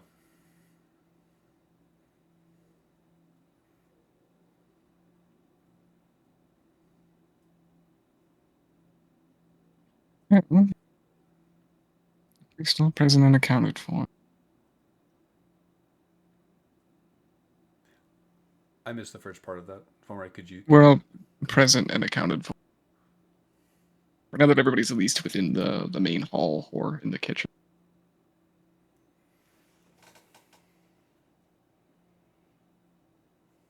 Where Things I with am- stand- All things withstanding. To put it lightly, our plans and our preparations are cut a little short. I'm going to set out tonight and find bombs. I was just about to ask if you wanted to gather some up. I'd like to try to focus on the field outside the tavern. It would make me feel better if this area was possibly not included in some potential chain reaction. Agreed. I would like your help doing it. We have the map. The map of? Where the bombs are that we recovered days prior. I must have missed that part where Tilda and Noe blew up. When did we have a map of bombs? Yeah, Or wait it across the was- table, refresh me on this. Didn't we have across the table? Didn't we have something from the Vampire Lord that at least gave us a general vicinity where the bombs were? I could have sworn we had that. Because I remember you handing me a book or something that had stuff on the seed bombs.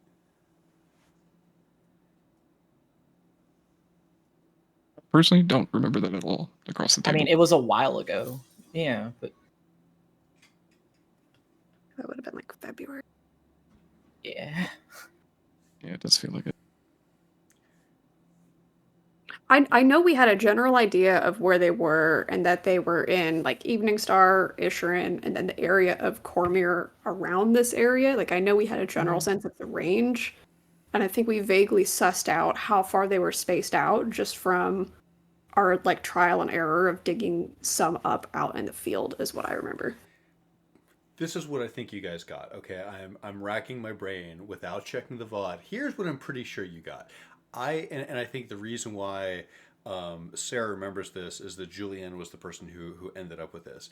What you had was Dez's journal, which I believe poetically described areas which would have been affected. And I think from that, so I don't know that I'd call it a map, but certainly you would have a starting area, something where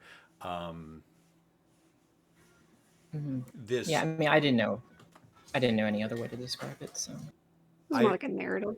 Yes, exactly. It's more like a narrative, and you could certainly use this. This is part of your intended long rest sequence. Is do you go out and do this thing tonight? So, based on these things, yes, you have this journal. You have this mission in your heart. If you want to go out and find seed bombs in the earth, you will. About how, just for purposes of planning a long rest, about how long might we anticipate spending on that task? Brain elf doesn't need as much sleep. You elf as well, so I probably touch out for 2 hours at least.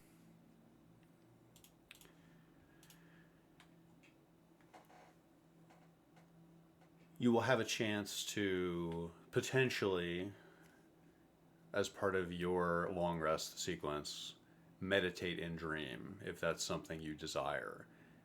If you choose to, as you certainly can, if you choose to supersede that and say, I stay up all night driven by madness I'm out there with a shovel until morn comes. That would be within the realm of possibility. I Rain, think I would. Go ahead. go ahead. I You think I would like to spend 2 hours on gathering seed bombs, an hour just, taking care of myself, washing up, eating, that kind of stuff, and then another hour just doing his little last minute crafts, poring over things, and then a little 4 hour elf nap. through the discretion of the buddy system, Rain will be with you for those 2 hours, not driven by madness. It's a reasonable amount of time. I will have a couple follow-up questions when you actually take the long rest, but I believe we are still mired in the evening, and perhaps right now, you and Rain are out there, Kaysen, finding in the darkness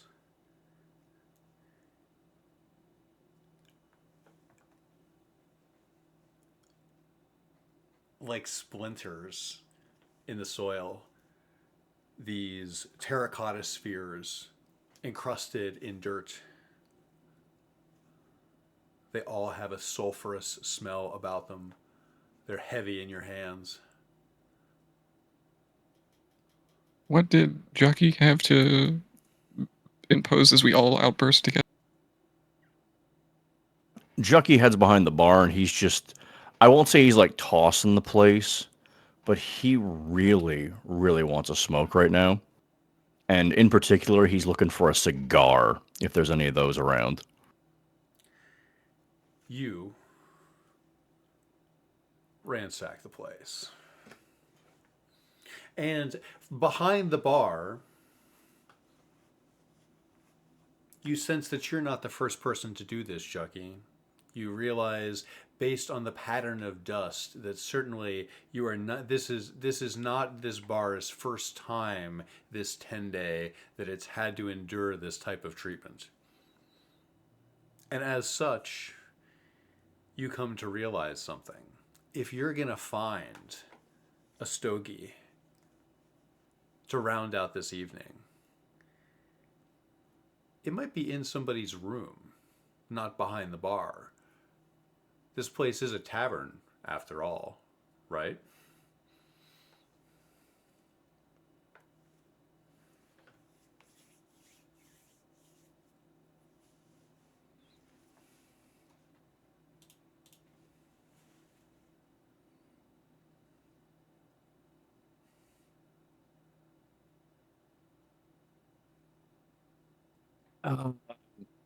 Shit. Okay, let's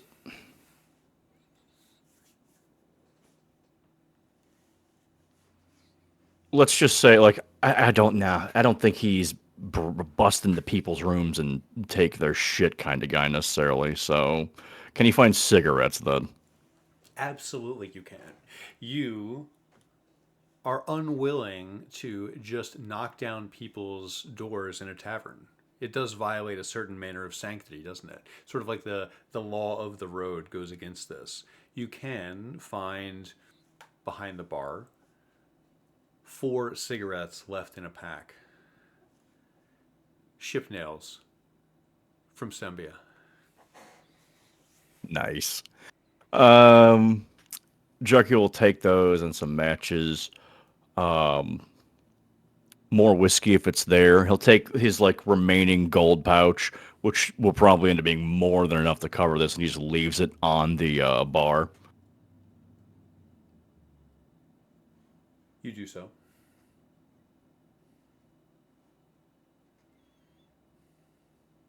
And he just sits at the bar for the time being.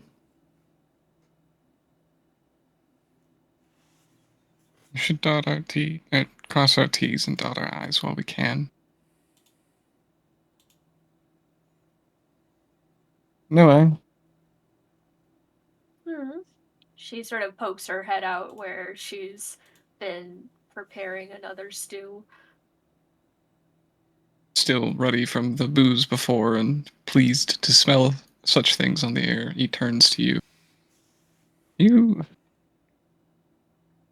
are the one here with the most political power, I suppose. It falls to your hands. In this.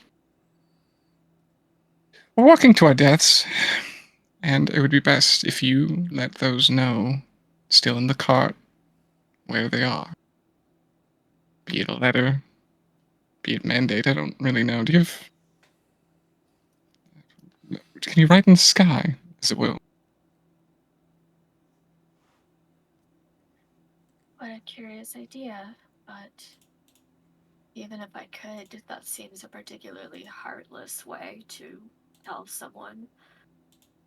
I see the wisdom of your proposition, though. I can write a letter, although I, speaking for myself, do plan to walk away from tomorrow's confrontation. I hope we all do. And be that as it may, he finally turns to Tilda. For the past many hours, through the process of carrying Rand's body to a cart, he has said no word to Tilda, intentionally. I think Tilda you've come. sipping out of the bottle that you gave her. I think you've come to terms with what we have to do tomorrow. Yes.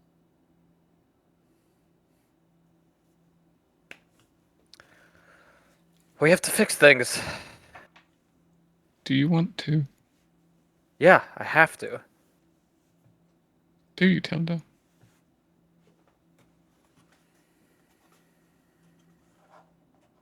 Huh? I'll put it in no uncertain terms. If in the morning you walk down the road away from the eastern river, you walk north to the docks, I will follow you. If you walk into that cave, I will follow you. If you find it necessary to fix things, problems you didn't set out, so be it. If you want to find out what's outside of here, so be it.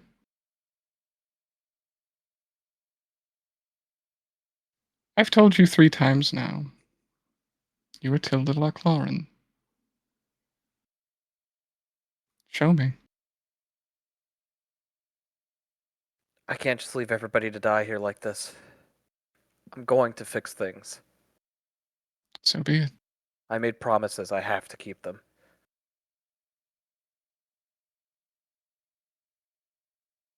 Good. And Rain, I really appreciate it, but if you'd rather not jump into the maws of hell with us, nobody would be upset. Except me. I couldn't live with that. I couldn't either. I think I understand. Thank you so much. And you. If we plan to do such things, again, cross our T's, dot our I's. Julien, your lab will need as much as we can take. And we will take as much as we can. Whenever you're ready to go. Kaysen and I will find explosives in case they're necessary. And perhaps, as funny as it is, at this point he's been somewhat listlessly aiming toward the northwestern corner throughout this conversation. The shrine is still there, yes? The origami spider was never moved. That's correct. And we leave this place with less shadows than we brought in. He'll take the origami spider and crumple it in his hand.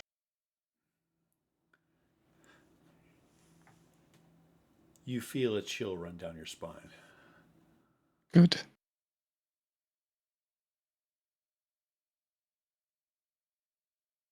Are there spider webs on the altar? There are. Kaysen will take the candle that he had just been using to melt sealing wax with, and he'll walk over and relight it and take it to some of the spider webs and then just sort of try to control the burn so it just gets to those and get rid of at least a few of them. What's Sometimes Jucky's the reaction lighting to this will get- desecration?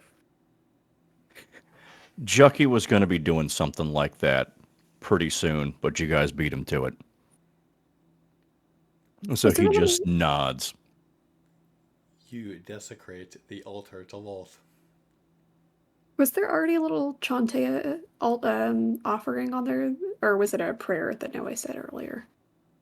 No, I left an offering there. I don't remember what exactly she left, but there is some symbol of Shantae on the altar as well.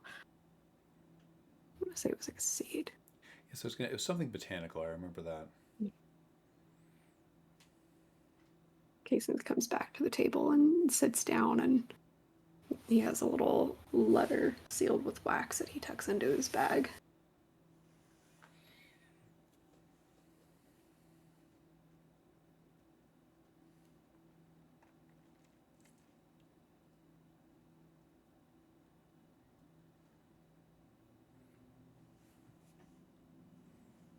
What are we gonna do if we see Ed?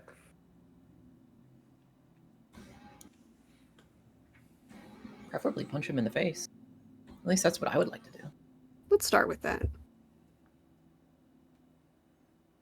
It does sound like we'll be wading into the middle of a battle. If I do something stupid to prove a point, trust me that I'll only do something a little bit stupid, even if it looks like I'm throwing myself into something. Well, just make sure you adhere to the buddy system if you do. It seems like we're all under the effect of a something stupid spell. No, I've always been It's like, it's called a lack of sleep, Tilda. I'm talking about the whole town. Everybody's out of their mind. I think we're included in that, and we have to respect that idea that maybe our first instincts are wrong.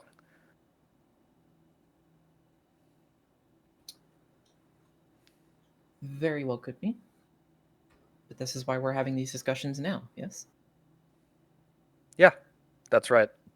We're not rushing into things. We're taking the time to plan and sort these out. So plan with me.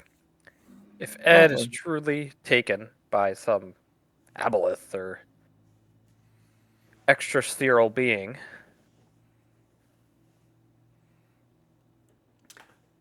we should divert him. Tilda, Yeah. if I may interrupt your train of thought for one moment. You realize that there is something here with you in the bar. It's the chalkboard that your mother used for the weather report. Yeah, it's right here, right? And you have a sense that should you need to illustrate a concept, it's right there. I'm bounding up to it. My eye catches it, and with loud scraping, I drag the wheels, which are actually locked, down the floor. Tap the chalkboard. All right, Ed. Question mark. Interested party. Who else? Kason, who was that elf guy you liked? The vampire one. okay, ignoring your choice of words here, are we talking about QE? Kiwi? QE. Hold on. QE? No. Alcinerat's son. Erlen. Oh, Solarin. Carolyn. Yeah, Yeah. I like that. Okay, I thought we were talking in Carolyn. Solarin's the one that owes me a doctor's bill. He's not a vampire, so I didn't have him on my little food web. Carolyn's not a vampire?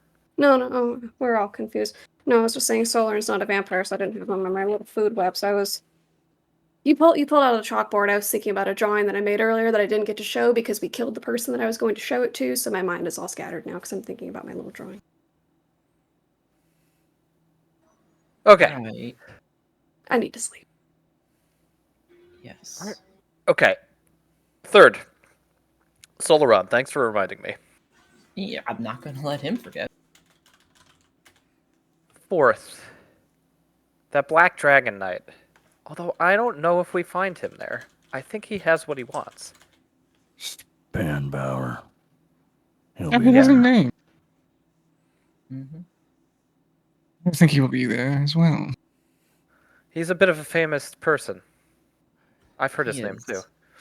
He wants to resurrect that queen of his. You're right. He will be there.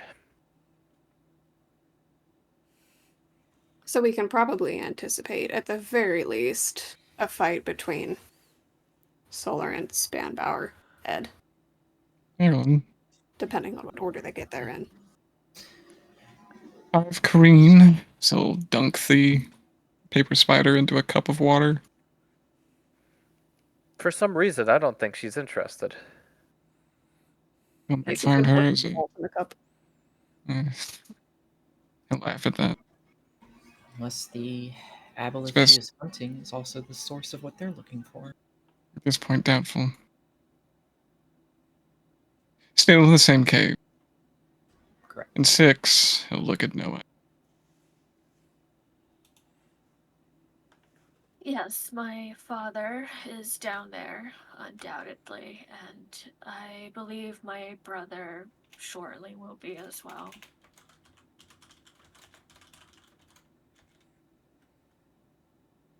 One thing that we should keep in mind, and I can't believe it was that Black Dragon Knight of all people, we have to remember that not all of these fights have to end in death.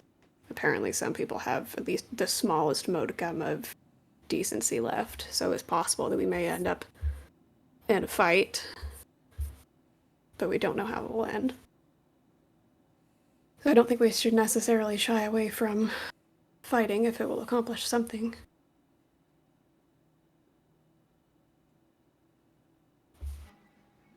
They will be fighting among themselves, as there's only enough power to, or at least they're told, that this is a scarcity type game and that only one person may be revived. What if this My scares father you? will be himself. Sorry, you were saying?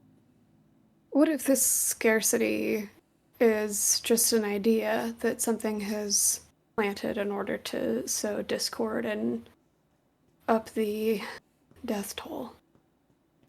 I hate to even consider that. What I if hope the nobody has to overall die situ- anymore. I know. Can I ask? I'm just gonna ask. That vampire up the hill that was so upsetting for everybody. Yes. Is he truly gone? No one Who seems to knows? think so. I had a bit of a concern. They seem to worship one of the fire deities, yet we put him in the fire. All things withstanding, I wasn't particularly thinking about that when we did. I'm gonna add him to the list. I just hope it's idiotic. Stupid spell. It's... Sometimes it's better to overplan than to not take enough considerations. As far as planning spells, I think I'm going to focus my energy on asking Ilmater to provide me something focused on healing, protection, shields, tying people back together, keeping everyone sane. That's what I'm going to go for in the morning. Maybe we can have some others balance things out. I'll try to take at least a few combat options. Something have a- repeatable, ideally. It's going to be an endurance run, I imagine. I have a question for those present. Jucky, what Hmm. would you do if we got the artifact, chalice, whatever it was? I am only interested in the sword of Corellin. Sir Hendred. Understood. Great. I don't want to fall into the same trap as all these idiots. And I'll tap the chalkboard. Sorry. No way.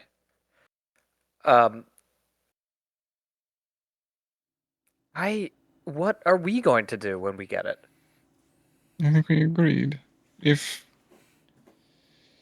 our assumptions are true, and this blade of Corellon, scale breaker, whatever you want to call it, is the source that is keeping our Saint Cyr friend above ground when the sun is out. A few feet down the road to Isherin isn't necessarily the worst idea. I think that is within bounds. Or we were to bury it, leave it there. I mean, if it's the Sword of Corellon, it belongs to the elves, I think. I think it's more than just a battle for the sword. I think we're actually seeing deities battle over who is to rule the sun. Oh, That sounds pretty big for Evening Star. Well, Shar evidently appointed at least some of us as her champion. We have the champion of Lolth here. I hope that somebody of my blood is fighting for Shantaea, but I'm not sure. It's you.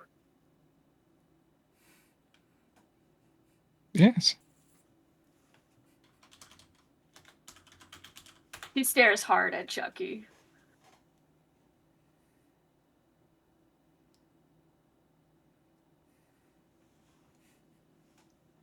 I don't want to speak out of turn.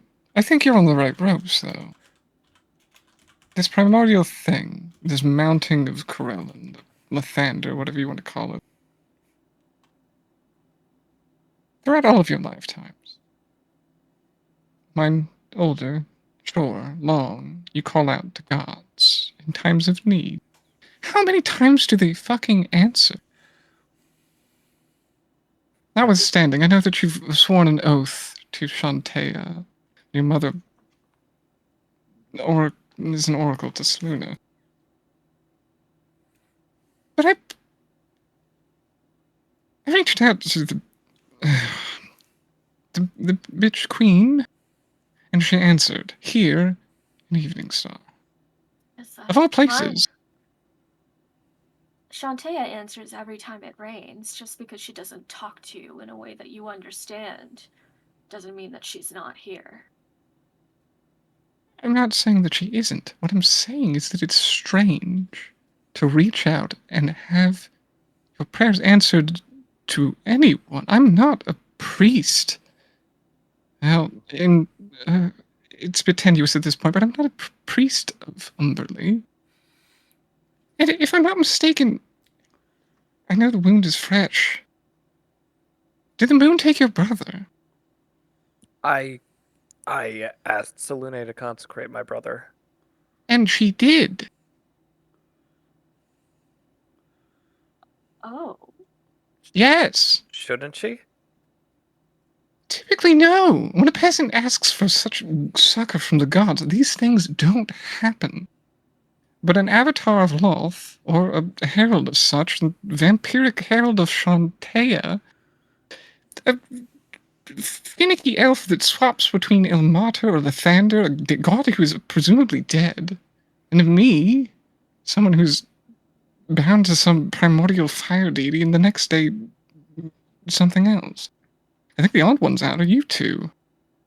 You're the god of the crossbow, and I don't think you follow anyone, yes?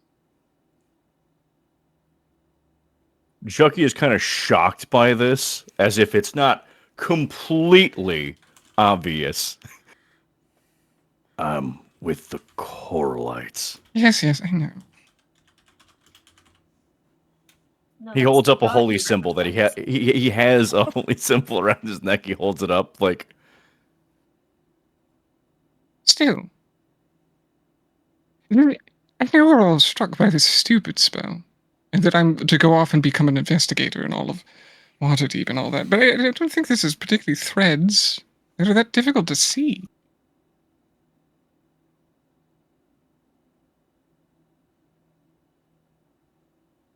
So we're competing for this thing. Let's just say it's true. And I'll write a little note on the chalkboard. Alright. Apotheosis. Somebody needs the folio of the sun. Okay. So what's the right choice? Well, certainly not fucking Shar. We can cross that one off. Oh yeah, of course. Is it really wise to Write it give another down. deity another domain? So I think many it's weird. deities have multiple domains. Well, the issue is if we don't give it to an established deity, someone raises themselves to become the new one. And so far, the only one who wants it is Solarian. Yeah, I would really prefer that my aspiring god killer of an X not become god. That would not be good for anyone. He's your ex? Did that just come in my mouth? It did. Ugh. You know how to choose him, Kason. Anyway, moving My on. heart's always had strange aim. You should get the site aligned.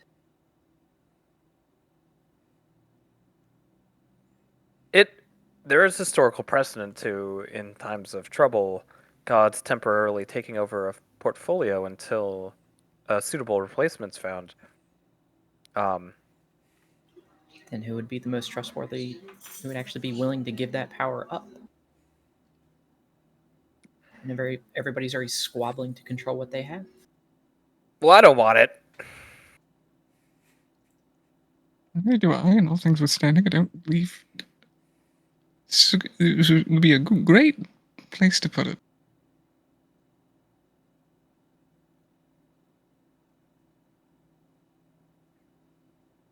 Of all the names floated here today, Shantaea kind of makes the most sense to me. I'm down with that.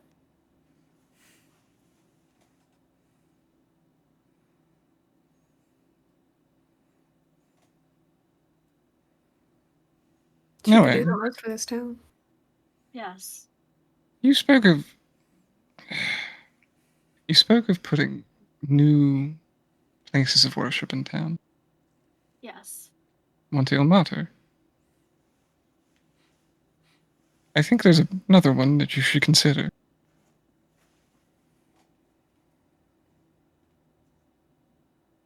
Standing Stone.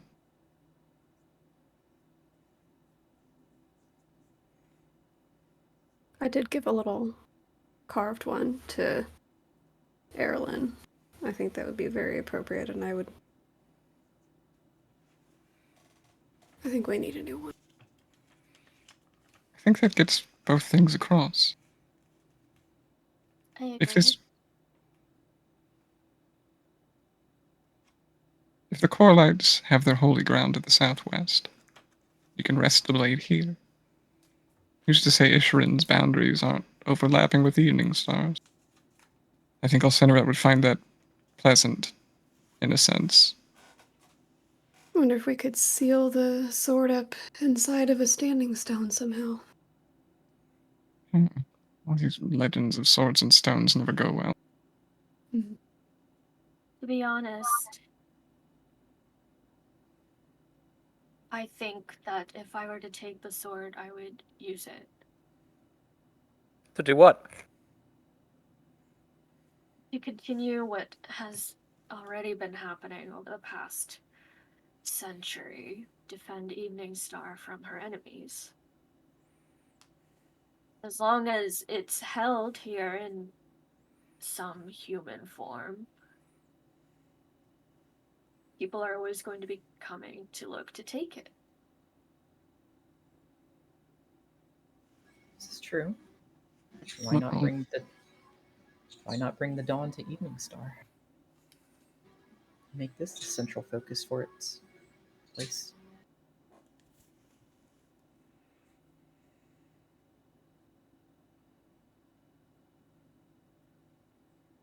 Build your church, and then you can have worshippers also help defend it. Yes, historically, humans have not made great inroads dealing politically with elves, as our lifespans are but a fraction of theirs. It's too easy for them to forget treaties or sort of sweep the rug out from underneath us between generations, but with my condition, that will not pose as much of an issue. Well, we could bridge that gap. Maybe with this sword and whatever church or whatever you want to form, you can make it part of the teachings to help keep that bridge intact. Vampirism being part of the tentative new bridge here between humans and elves is certainly curious. We'll get over that problem later. I forgot a name on the list. I'll turn around and write the Flaming Fist on the chalkboard. Oh, do we have Aboleth on there? Let's hope it's already dead. You could. Uh, I would really like to believe. When we walk into that cave, the Flaming Fist, of all people, are unaware. Would seem as much. They seem much more tied up in finding their tax master than anything, and he's lying in. Oh, fuck. He's still lying outside the cave in a forest. Yep, he is. When they arrived in town, Unless spiders ate him. they were looking for us. But I think they were really looking for information about the cave.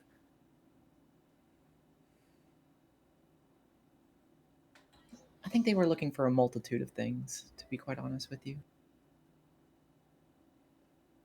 Still don't quite get why they were so interested in Josan.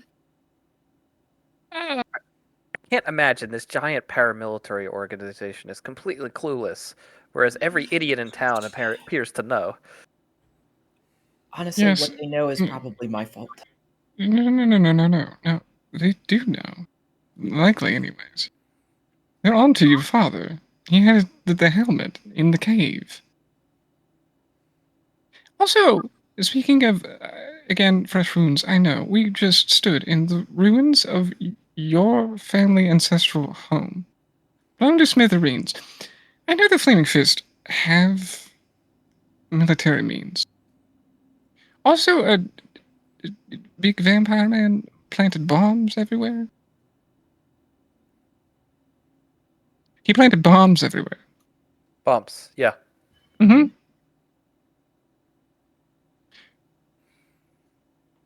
Yep. We're aware. I said I'm trying to tenuously say here that I believe that Dez and the Flaming Fist may have been working together as well. Is there anyone in this town that wasn't scheming? A single person? Or even the horse is up to something? Because they're gone too. Yes, they are all gone.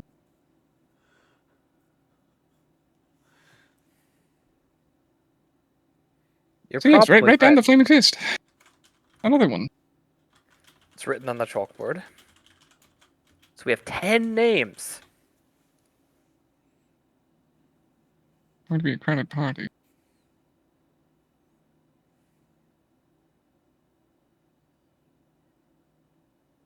Wish I could cast Time Stop. I mean, I'll be one to readily admit that I'm also highly interested in whatever's at the bottom of this cave. I've made it known from the beginning. Well, not the beginning, but... What do you want to do with it, Julian? I want the flowers for research, remember? Okay, but what do you want? What are you... All of our cards are on the table here. Be less cryptic. I need the flowers for a cure-all and a longevity potion. For whom? Well, the cure-all for ideally Miss Noe's father. Okay, but what about the other part? For myself.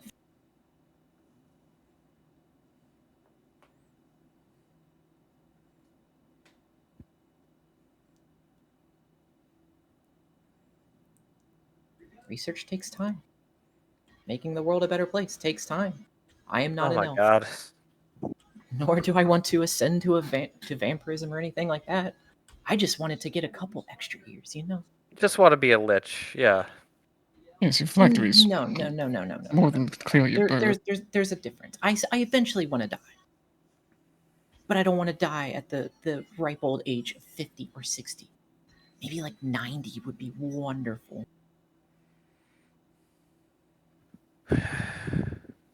Julian, that's pretty dumb. To you.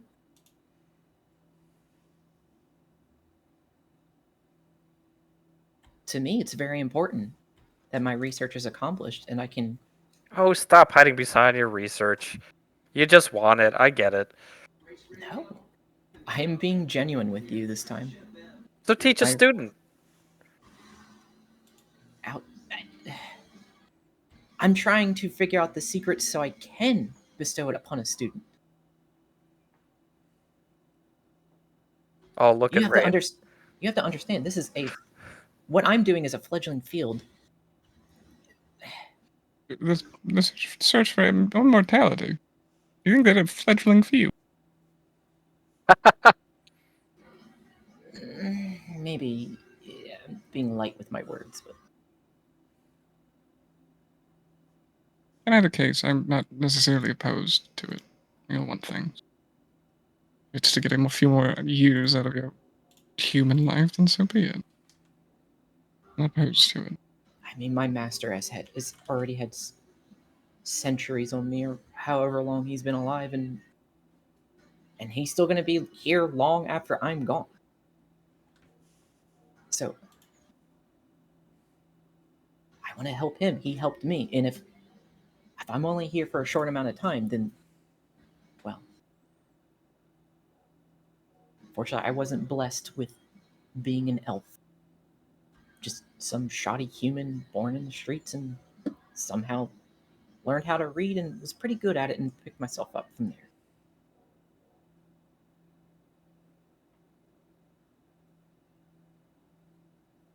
there. Okay, so I think you're really the only one not to tell us what you would want out of all of this. You're the one with the least ties here. Outside of Solron, yes, I know he's here with you, but I mean, you're not from Evening Star. No, I want him to live and move on, but he's not. He's not why I'm still here.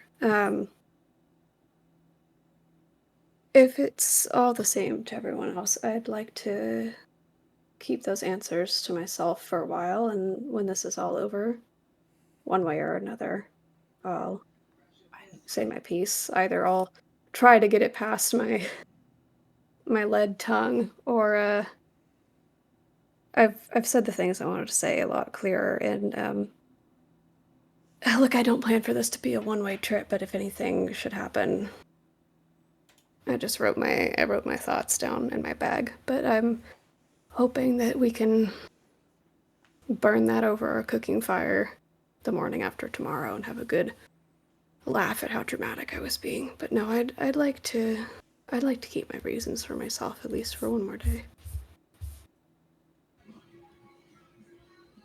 Rain gives you a knowing nod. Let fools be fools. Stupid spell, right? I just don't want us all to get down there and start fighting each other over nothing. Ideally, it is a big old thing of nothing down there. It's not. It's not. I know it's not. I don't want to have to write any of your names on this chalkboard. I don't want any godlike powers. You just want to toy with them a little bit. Just a little bit, if you don't mind. You all get gods that will respond to you and everything like that. Why can't I just have a little Reach touch of out, they're that? willing at this point. Yeah. They're beckoning at this. They're desperate. I'd rather not have the answers from desperation. I suppose then that means it would be best to have this fight discussion now about my father's fate. I can leave it to you either way. I'm still in the camp of wanting to cure him, to save him. That's still my number one goal.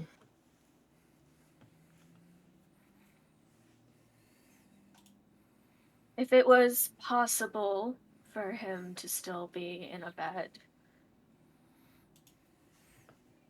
I suppose. But as it is, I know as his child that he's made a certain choice. And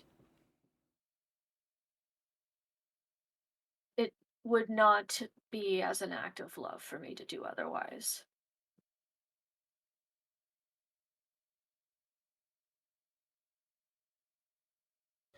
He's a brilliant man. He has done so much by himself, but there are very few things he can do by himself. If the only thing he can do unassisted now is die, then I will do that. I will not strip the last of his dignity away from him.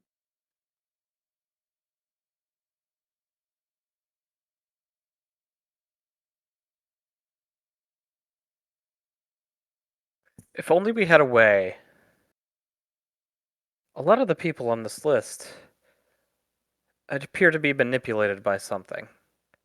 And I think your father included in a way. Ed. Looks like Arlen. A lot of people seem to be under the thrall of something. If we could remove that enthralling force, we could find ourselves with a lot of allies very quickly. That's very true. I think that needs to be our focus. And I think I the tend to other agree. question is there any way to break this, or at the very least, throw a temporary wrench in it without getting to the source? Some way to interrupt the haze. Again, throwing out intuition here. If this stupid spell that seeps over this land comes from this cave, and we have the blade of a god, and those willing to do something about it, helping us out in the way, perhaps having a sharp implement into the middle of this thing might You cut just the stupid spell. you just made me think of something. I wonder if the effects will get stronger the further down we go on I think. everyone. I can't imagine they won't. Speaking of going down into the cave, I know it's contentious at this point. We are going through the front, and again, to revisit the fact, drow priest, big ooze, still part of the cave probably. Is the passage through St. Cyr Manor in the basement? Is It is. that a little faster? Rand tries to rack his brain to We're figure down out. there. We bypassed the ooze man. Yes. I myself would rather go through the front just because I know that's the path Josan took, and it would be for the best that we do not disturb my mother. Fair. Speaking of not disturbing your mother and basements once more, you pored over the manual, did you not? Yes, I stole from your father to no, this is all across the table at this point. Cards laid bare. The manual to the giant fancy machine. You gave me. Not you to Tilda. Figured she Mm, would have a better eye for it than me. What is its purpose?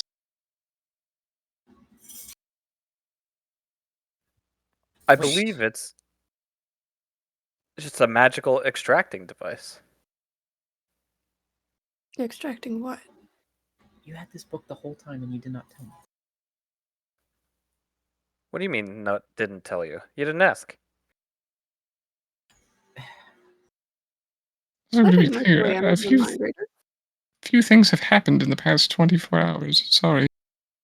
She was grieving, and I figured it would be best that she tied herself up in note.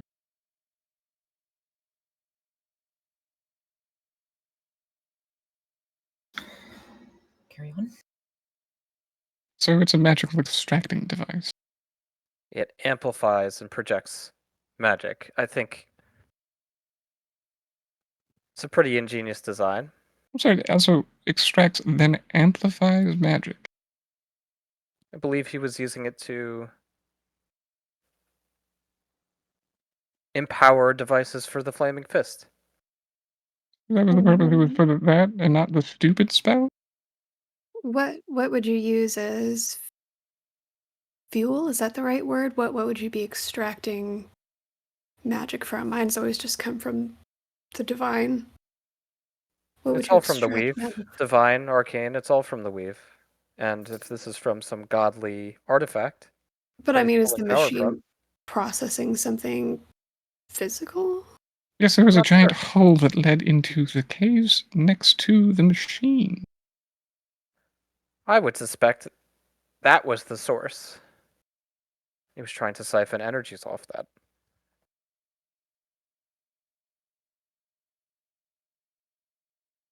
Jason doesn't look entirely convinced, but it's mostly because now his mind is just spiraling in a horrible direction. I mean, I am able to extract magic from the alchemical ingredients I mixed together, so this isn't far-fetched. Yes. I feel like you would need something bigger than a pile of herbs for a machine that I'm large. saying from the concept that So we they could. just Was it- lay bare one more time. We all understand that your father drew a pact. Yes? Yes, but to interrupt for just a second, I believe all it's doing is drawing energy from the water.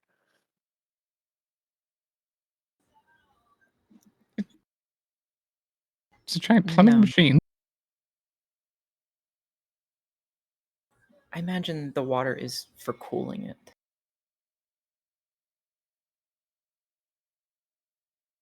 She tilts her head. It's a double nod.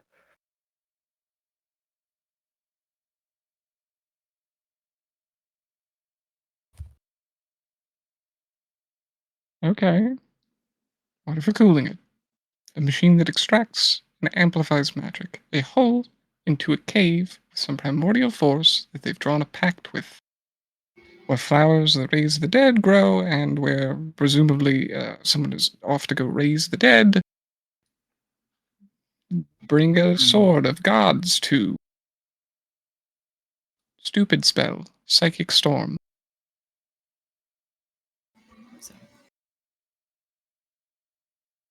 So probably whatever they're extracting from is probably the same thing that influences the air around it, and that's why the flowers grow and everybody else is attracted to it.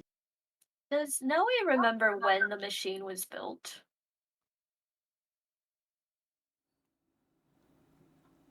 Was it something inherited from her grandfather, or was it something her father designed? Growing up, you remember sneaking glances past the wine cellar when you knew you weren't supposed to. So it has certainly existed since you were a young child.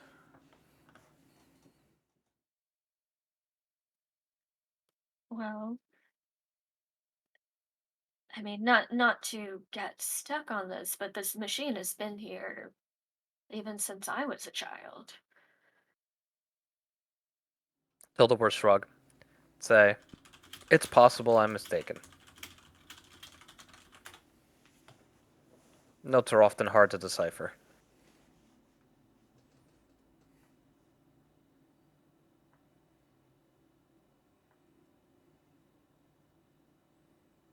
Perhaps it's something we circle back to.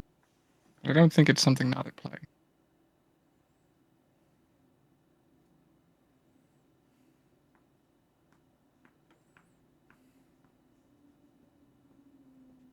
We'll certainly find out when we go in.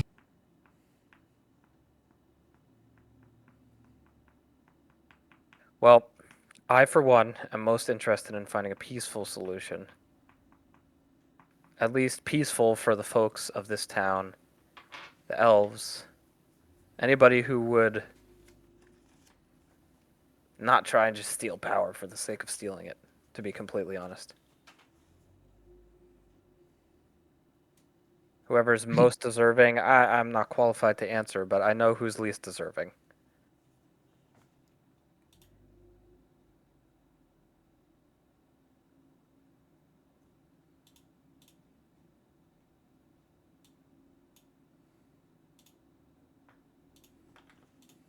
I think that's our T's in our eyes then. Is there anything we can prepare to help us with the people on this list? What do we expect to face? I'll go back to the list. Ed was a shape changer. Arlen doesn't seem particularly powerful to me. What would Jucky know about Erlen? I'm so sorry. Could we take a 1.5 minute for me to grab my headphones? Sure. The dog down the street is barking at the gods again. I'll be right back. Sure. In thrall of Shar, just like the rest of them. Stupid spell. Happy to answer this during this intro moment, though. Jucky would know that Erlen is more respected as a rider than an individual combatant. He is a skilled griffin rider, not so much a particularly martial person. And his build is more almost jockey-like, right? Like he's not large and imposing or anything like that. And he is most at home on a griffin. So he's got a cushy scouting job because of who his daddy is. Correct. Yes. You also know that yes, his father has certainly arranged for opportunities beyond what would be available for most people. Absolutely. Yes, nepotism plays a major factor. And you know also now that his father has, directly to your face, Chucky, chosen to look the other way when the party tried to bring up the fact that your son is obviously compromised as a vampire. So that's what you know. You have a composite view, as you said, that he's sort of spoiled. It's hard not to have a bit of a chip on your shoulder, especially, has your allegiance, has your loyalty to Alcinrat been repaid? And with that, we return. Or whenever Ari's done sound checking. Yeah? Sweet. Okay. Yeah, sorry. I was becoming as insane as the Evening Star residents. Don't be. Don't be that insane. This horrible dog looks like an unfinished Muppet. So then Jucky will relay that Erlen, not the strongest fighter, but that he doesn't really know the capabilities of vampires, even though they did kill one that was like over 1,000 years old and didn't seem that difficult. So a fresh vampire must surely not be that big of a deal. I don't know exactly how fresh of a vampire he is. Granted, I haven't really given a good sniff through Divine Sense of all that many vampires, but I will say that, how do I explain this? No Way has an aura a bit of, like, grave moss, or perhaps a foggy morning. Erlen kind of reminds me of, like, rank water that's been sitting on top of a grave, or a dilapidated house. I don't think he doesn't strike me as a new vampire. No, that doesn't seem right, because Chucky really racks his brain. I don't think he could have kept this from his father that long, and after my talk with Alcinrat, it seems that even though he is in denial, he understands that his son is a vampire. Is there some way that someone could have tampered with Alcinrat's memory? Doubtful. I wouldn't know anything about that, but I would be surprised, to say the least. But the truth of the matter is that whatever is affecting this part of the world that allows a vampire to walk in the day would not have affected him where we came from, I imagine. That's very true. So no, I suspect this is a recent affliction. Is it possible Erlen's afflicted with two things? How you reckon? Something just seems... It seems like there's something beyond what we're seeing on the surface with just Divine Sense. I get the sense that there's something more. I don't know, it almost felt like I was detecting something separate. Is it the right word? It felt like I was looking in one direction and seeing something in my periphery. Well, As everyone mentioned, there's some kind of psycho juice in the air or something.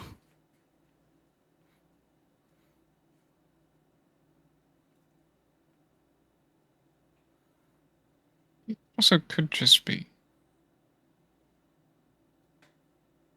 I mean this in the most kind words that I can.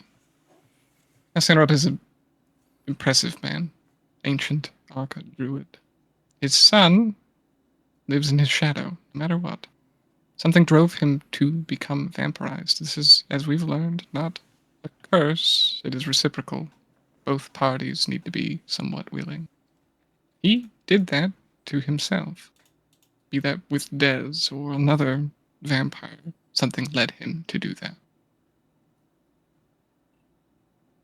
If it was recent, it was this stupid spell, maybe. He also could just be not the best person. Chucky stands up from the bar and says, listen, I'll be honest with you. This all sounds like a big old load of bullshit. All right? I'm hearing lots of things about people coming back from the dead, promises of power. But honestly, with all these rumors going around, I'm not seeing a whole lot of cold, hard evidence.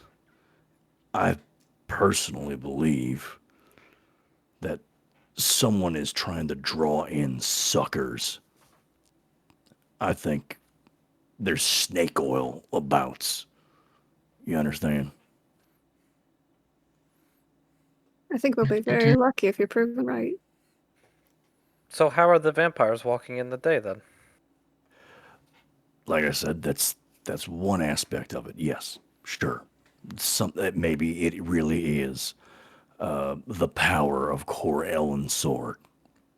Could be. Could be.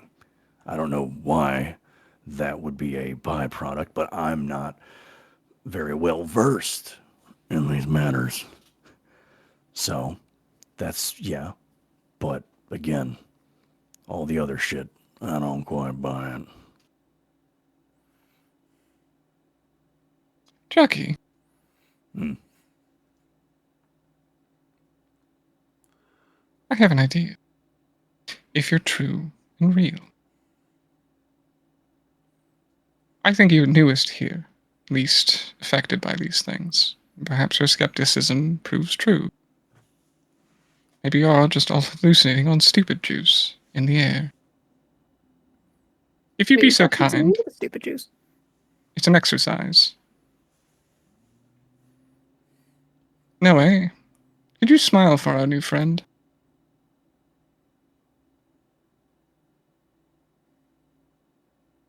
She sighs and sort of goes to adjust the shroud a little bit that she's wearing, but eventually pulls up the bottom of it enough that you can see her bare sort of skeletal grin and the fangs. As much as I've been wanting to disbelieve such things, you're separate, uncaring. You can pierce the veil. Is she real? Is she truly a vampire? Stare. Look. Become skeptical. See through it.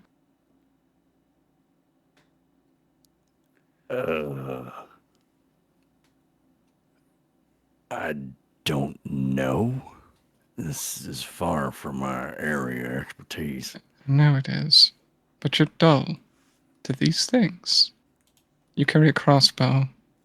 You're an elf of magic blood, and you carry a crossbow.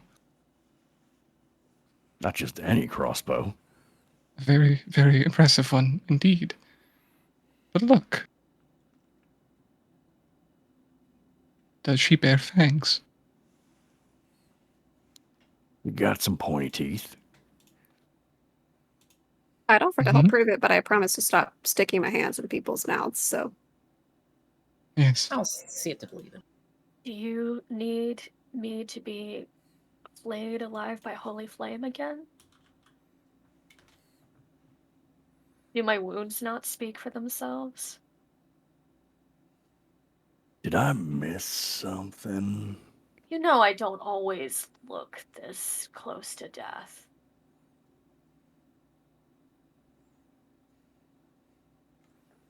There was a moment with the vampires where Kaysen called down the No, that's Holy Rain. Will. What? That was Rain. The daylight spell, that was Rain. You also did turn the dead. Yes, I tried to make them run out of the daylight spell. That affected Noe as well.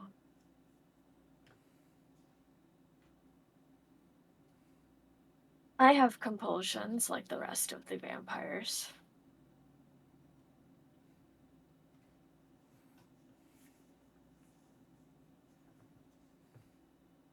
The point I'm getting here is, if anyone was to see through whatever illusion this sucker bearing fruit thing at the bottom of a cave might have been, it would have been you, Jackie.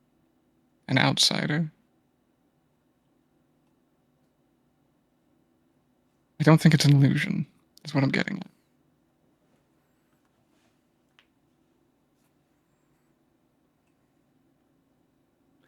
Oh.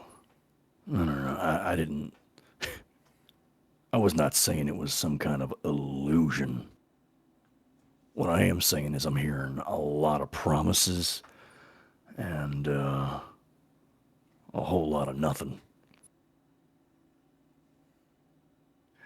Again, like, I've heard several people say that there's something out back in the caves that can bring a man back to life. You'd think there'd be a fucking line for something like that, eh? Yeah. We'll tap the chalkboard. Right, but for how long people have been talking about this, y'all just now seem to be getting around to it.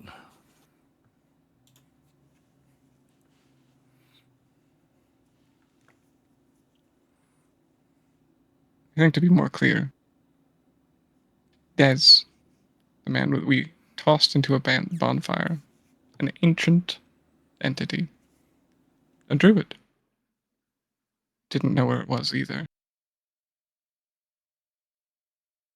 He sent me here to find it. Among other things, but truly that too. I've been here for years, researching this cave. So if anyone knows what it is, it would be Ed. It'd be Laird, perhaps?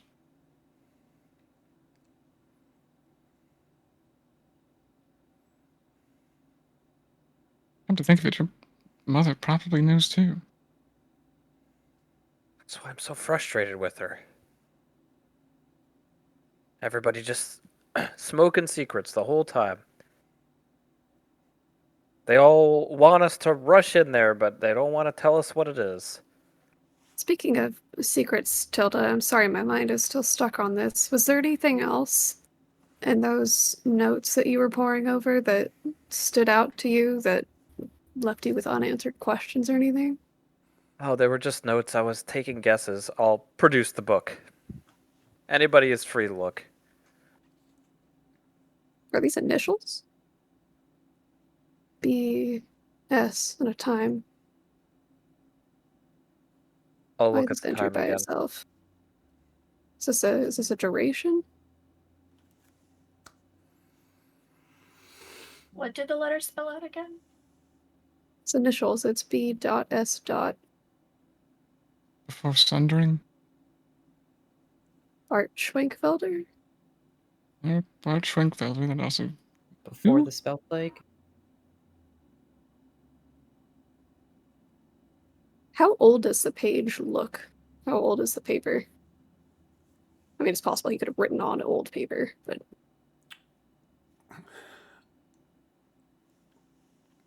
Really difficult question to answer. So I'm thinking about Yeah. this. I mean, you can just nothing pass it up. nothing about the age of the paper is starts a deductive line of reasoning for you. It appears to be thick, well-made parchment.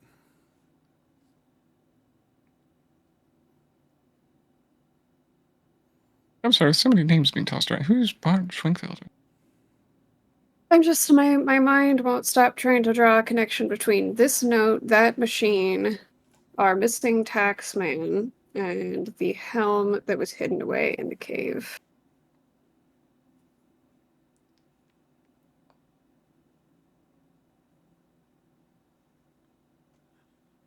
Are you intentionally being elusive with your answers? Or... I think my answer is probably it's a crackpot theory. I don't have an answer. It's a crackpot theory, and it's too morbid Tilda to will speak aloud at a tap dinner the table. chalkboard.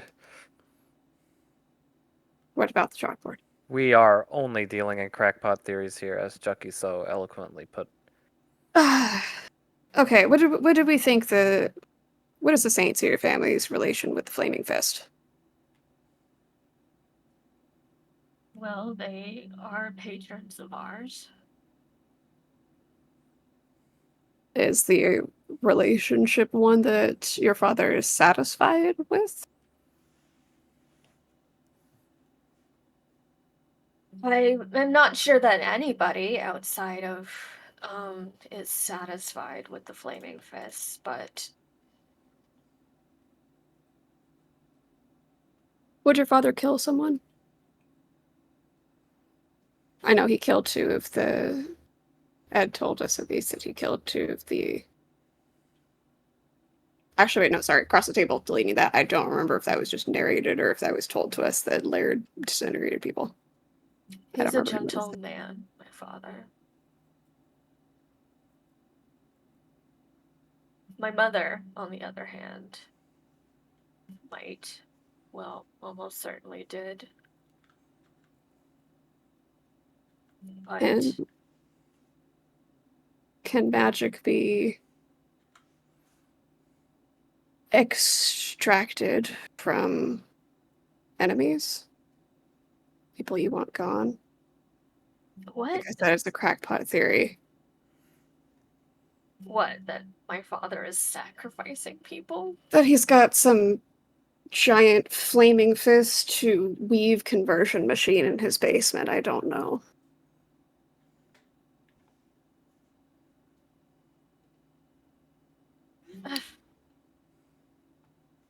The thought is so repulsive that Arsinoe just doesn't have words to respond with.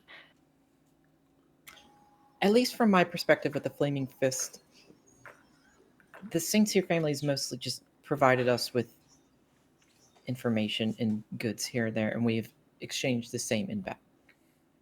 So they've assisted with me with my research, and we've exchanged information, which in But turn there's- goes back to the Flaming Fist, and then in turn funds come to the town. Yes, but then they somehow came into possession of this amplifier detonator thing, right? So there's clearly more connection than anyone knew about. Let's hope that BS stands for Before Spell Plague. Across the table, what are the other letters in the note? Because I don't have the text of it.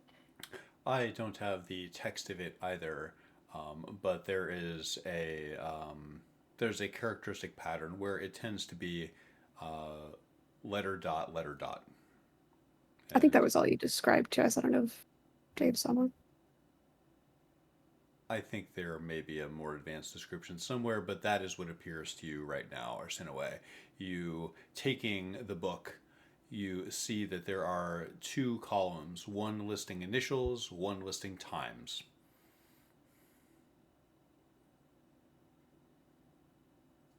Okay, does she recognize the timestamps or the initials?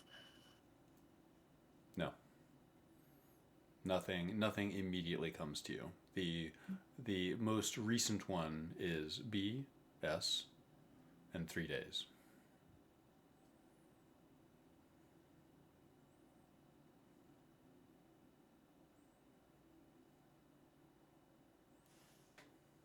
And this could very well be a transaction log between my father and whoever came to request spell work from him.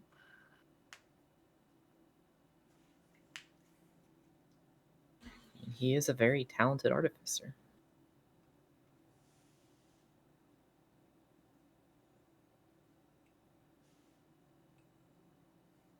Again, completely morbid, but getting it spoken aloud got it out of my head.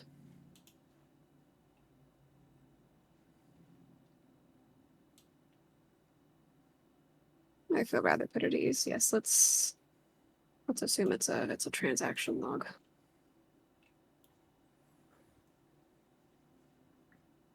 Well, what are the powers we're dealing with here? We know the interested parties. Tap the chalkboard. There's possibly an aboleth. So says Kareen, however trustworthy that is, but I don't imagine she would be lying. Supposedly, flowers that raise the dead. Supposedly, the sword of Coralin.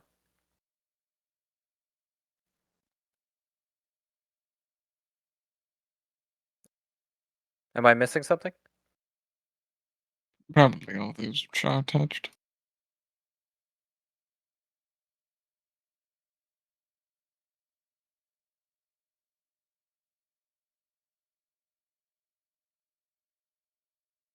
Well, I don't know. I don't know how we're supposed to prepare for problems this broad. Perhaps preparing is relevant. We take as much as we can to there. See how it goes. And it I was already don't. too late to look up what an aboleth does.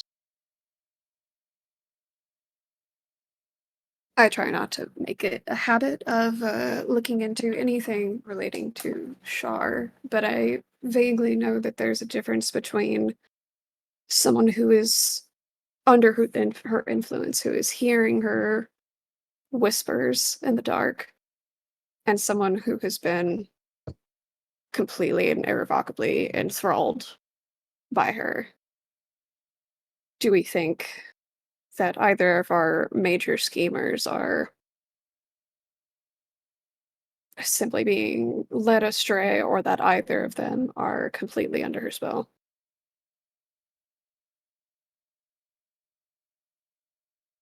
Hard to tell. What's to say?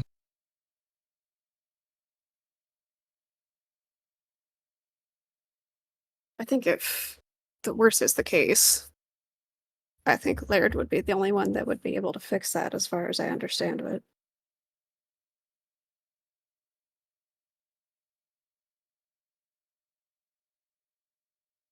I'm Comment. not sure what condition he's in, considering he was supposed to be bedridden, unable to speak. I don't know what he looks like right now. We also need to maybe potentially expect the possibility that he didn't move there on his own. Maybe somebody just picked him up and took him there. You saying Ed can walk through trees? Yes. Maybe Ed took him because he needs him as a key or something. Well, and Ed would have been the only other one with a spare key to our house. He's the only one who could have gotten inside without my mother knowing. What if this power... What if it's not just the orchid? What if it requires something in return? A life for a life? Would he do that? My father? Ed. He knows Ed? that Laird is ready to die. If Laird is ready to die and he can have his wife back, then what a convenient exchange, no? Perhaps he sees it as a harmless sacrifice, then. He was happy to let us die in Isherin, but this life for a life thing doesn't sound right to me. Either. This is all a very elaborate ruse from Dez. I wouldn't put it past him at this point. But again, dead. Dead. And then not. Allegedly dead. You know the plank through him, lifeless corpse. Dead.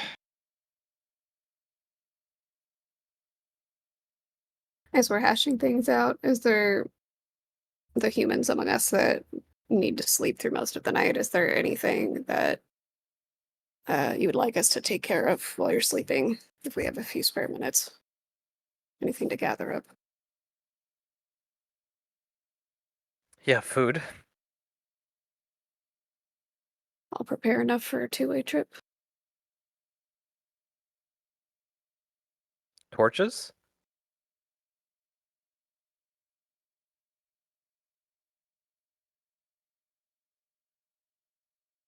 I'm sure we can make do with around here.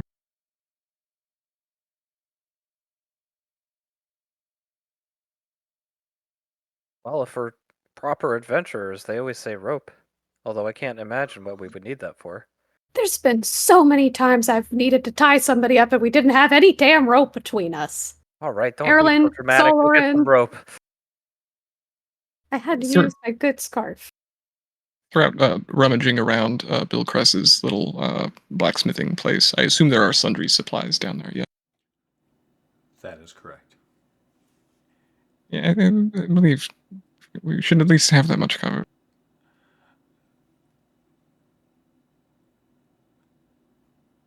I think at least the proper outlinings of a spelunker's pack should be a I think minimum. that'd be good. Because I personally do not have the. I know it's hard to believe. I don't have the physical capabilities of climbing a rock wall if we have to. I'm more suited to climbing trees. All things considered, again, I didn't go very deep into it. We're going to be trespassing into magical darkness. It seemed that the place was stone melded. It's magical. How we traversed.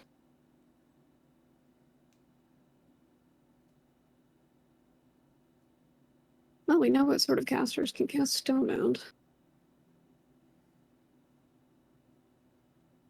Yes, Well, torch. certainly not me. Torch is food. Oh, joy, I get to be in a cave again. I miss my treehouse.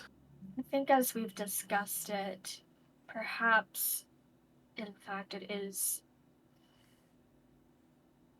best if we go through the entrance in my house. That is, if my father was carried there, not magically, it would have had to have been through that path. Suppose it depends on how many spells someone wanted to use up, especially if they weren't planning to rest. If they weren't planning to rest, it would make more sense to walk. I wouldn't put it past Ed to sleeping down there either. I don't think this is his, but someone certainly was. He'll produce the fine bedroll that he found at the stoop of that place. It was Judging by traveled. the Someone else state of- went down. Judging by the state of his house, unless that was a gift, I don't think that's his. No, I don't think it's Didn't you Ed's, say but there was certainly a- someone did. Didn't you say there was a drow priest down there? Yes, and I also don't think the drow run around in fancy green silk, which I think it was across the table.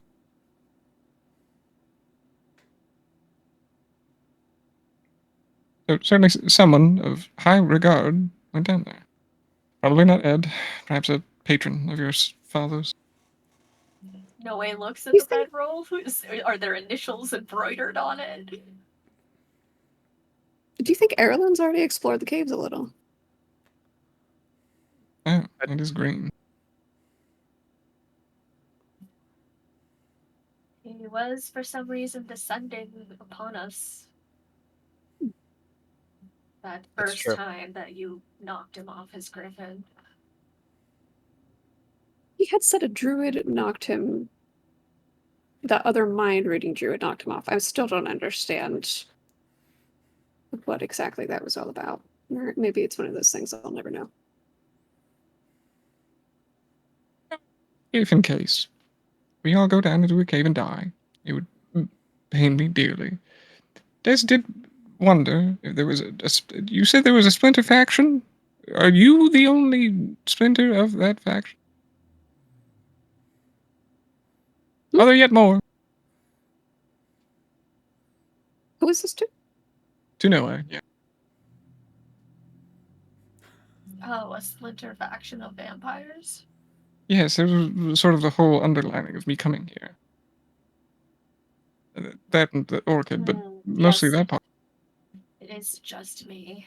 I believed as well, I suppose correctly believed that I was going to be a threat, but Yeah. must have assumed that I would act as he did in recruitment. I get the sense that there was probably only 2 somewhat new vampires in town and that you were one of them. On that note, if you ever get so desperate that you think of charging a group of Flaming Fist for food, please see your generous friends first. Don't do that. She laughs a little at that, but then seems embarrassed to have laughed.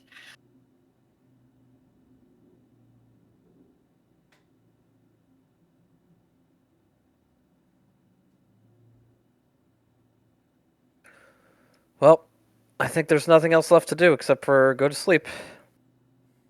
Do your I best. think that's the best thing we can do for ourselves right now.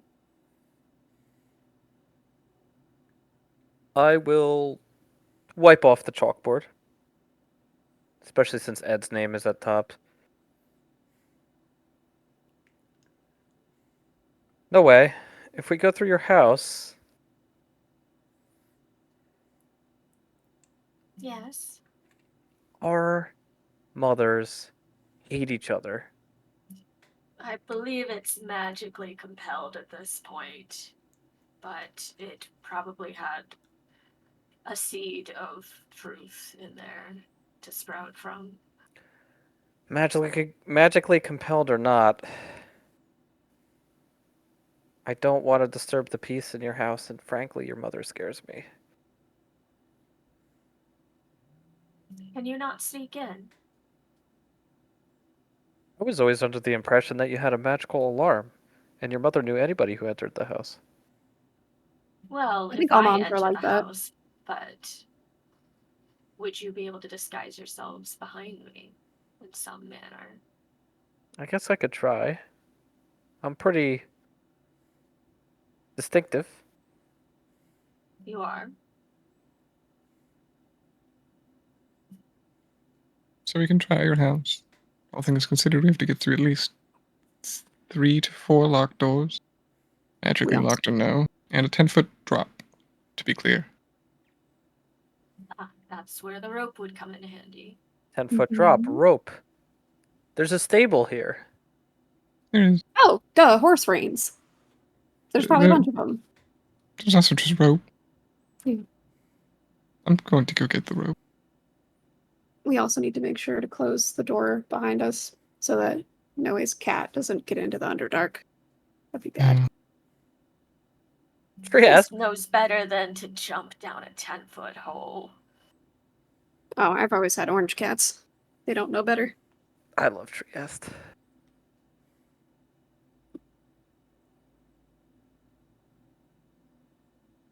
I agree. I guess it'd I be don't think wishful there's much more thinking to if my orange cat was still alive. meander about. The night draws closer, and Ed will certainly be swift in the morning, if he's not already there. Kason, you got your digging gloves on. Yes, let's get that done, and then after that, I'll take a little bit of time to tidy my thoughts, and then we should all sleep. Let's get going. Agreed.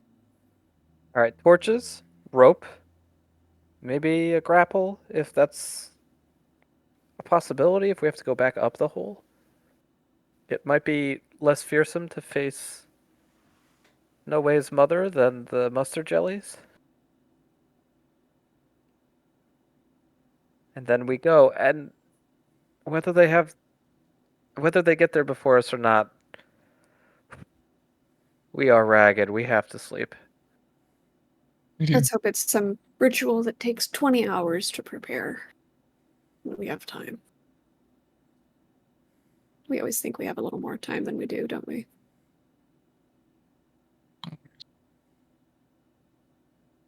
How So, poetic. plan of attack, Noe, Tilda, sleep, Jackie, Julianne. Whatever you can find in your lab. Kason, me, bombs, sleep, wake up, breakfast, probably cold soup, and then we go. Cold soup doesn't sound bad at all. Not really. Heat up soup, to be fair. I'm just excited to be sleeping in a bed for the first time in at least a few weeks. Whose fault is that? I paid. I didn't know I wasn't here. Admittedly fair.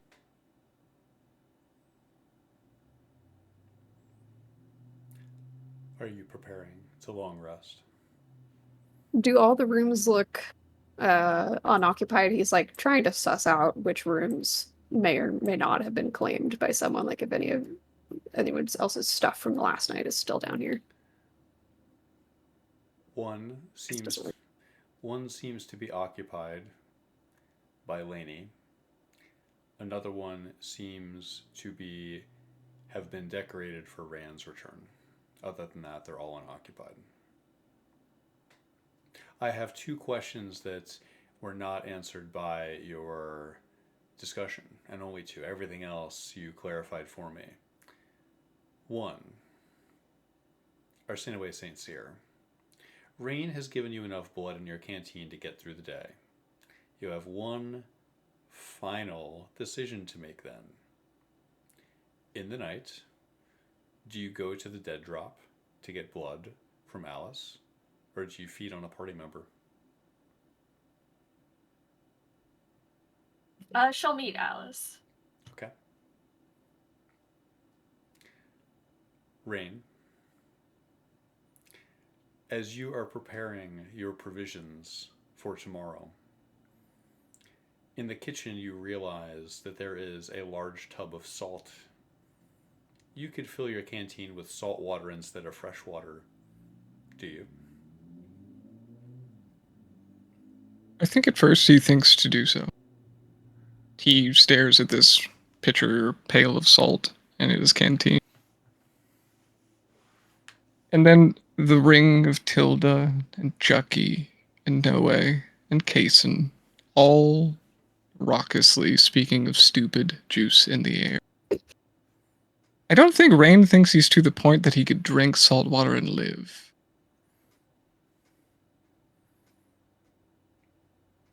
Noted. Oh, Final thoughts, Kaysen of Ilmater.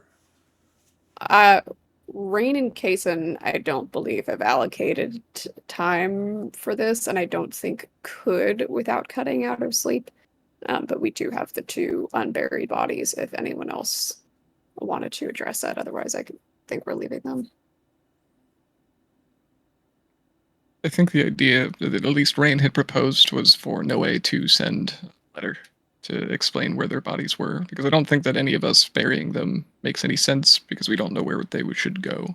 Bill probably would go towards the inn, but also Mikhail might have a house in town. I actually don't.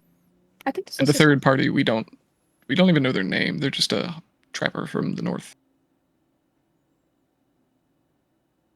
I think we have our answer. So I will see all of you in 2 weeks for our final session. Oh boy. This is delightful to get a 3.5 hour one. I wasn't expecting that to be that long. Yes, we needed this before the last session, clearly, so I'm glad we broke it up. Mm-hmm. I will see you in 2 weeks. Good night. Farewell. No,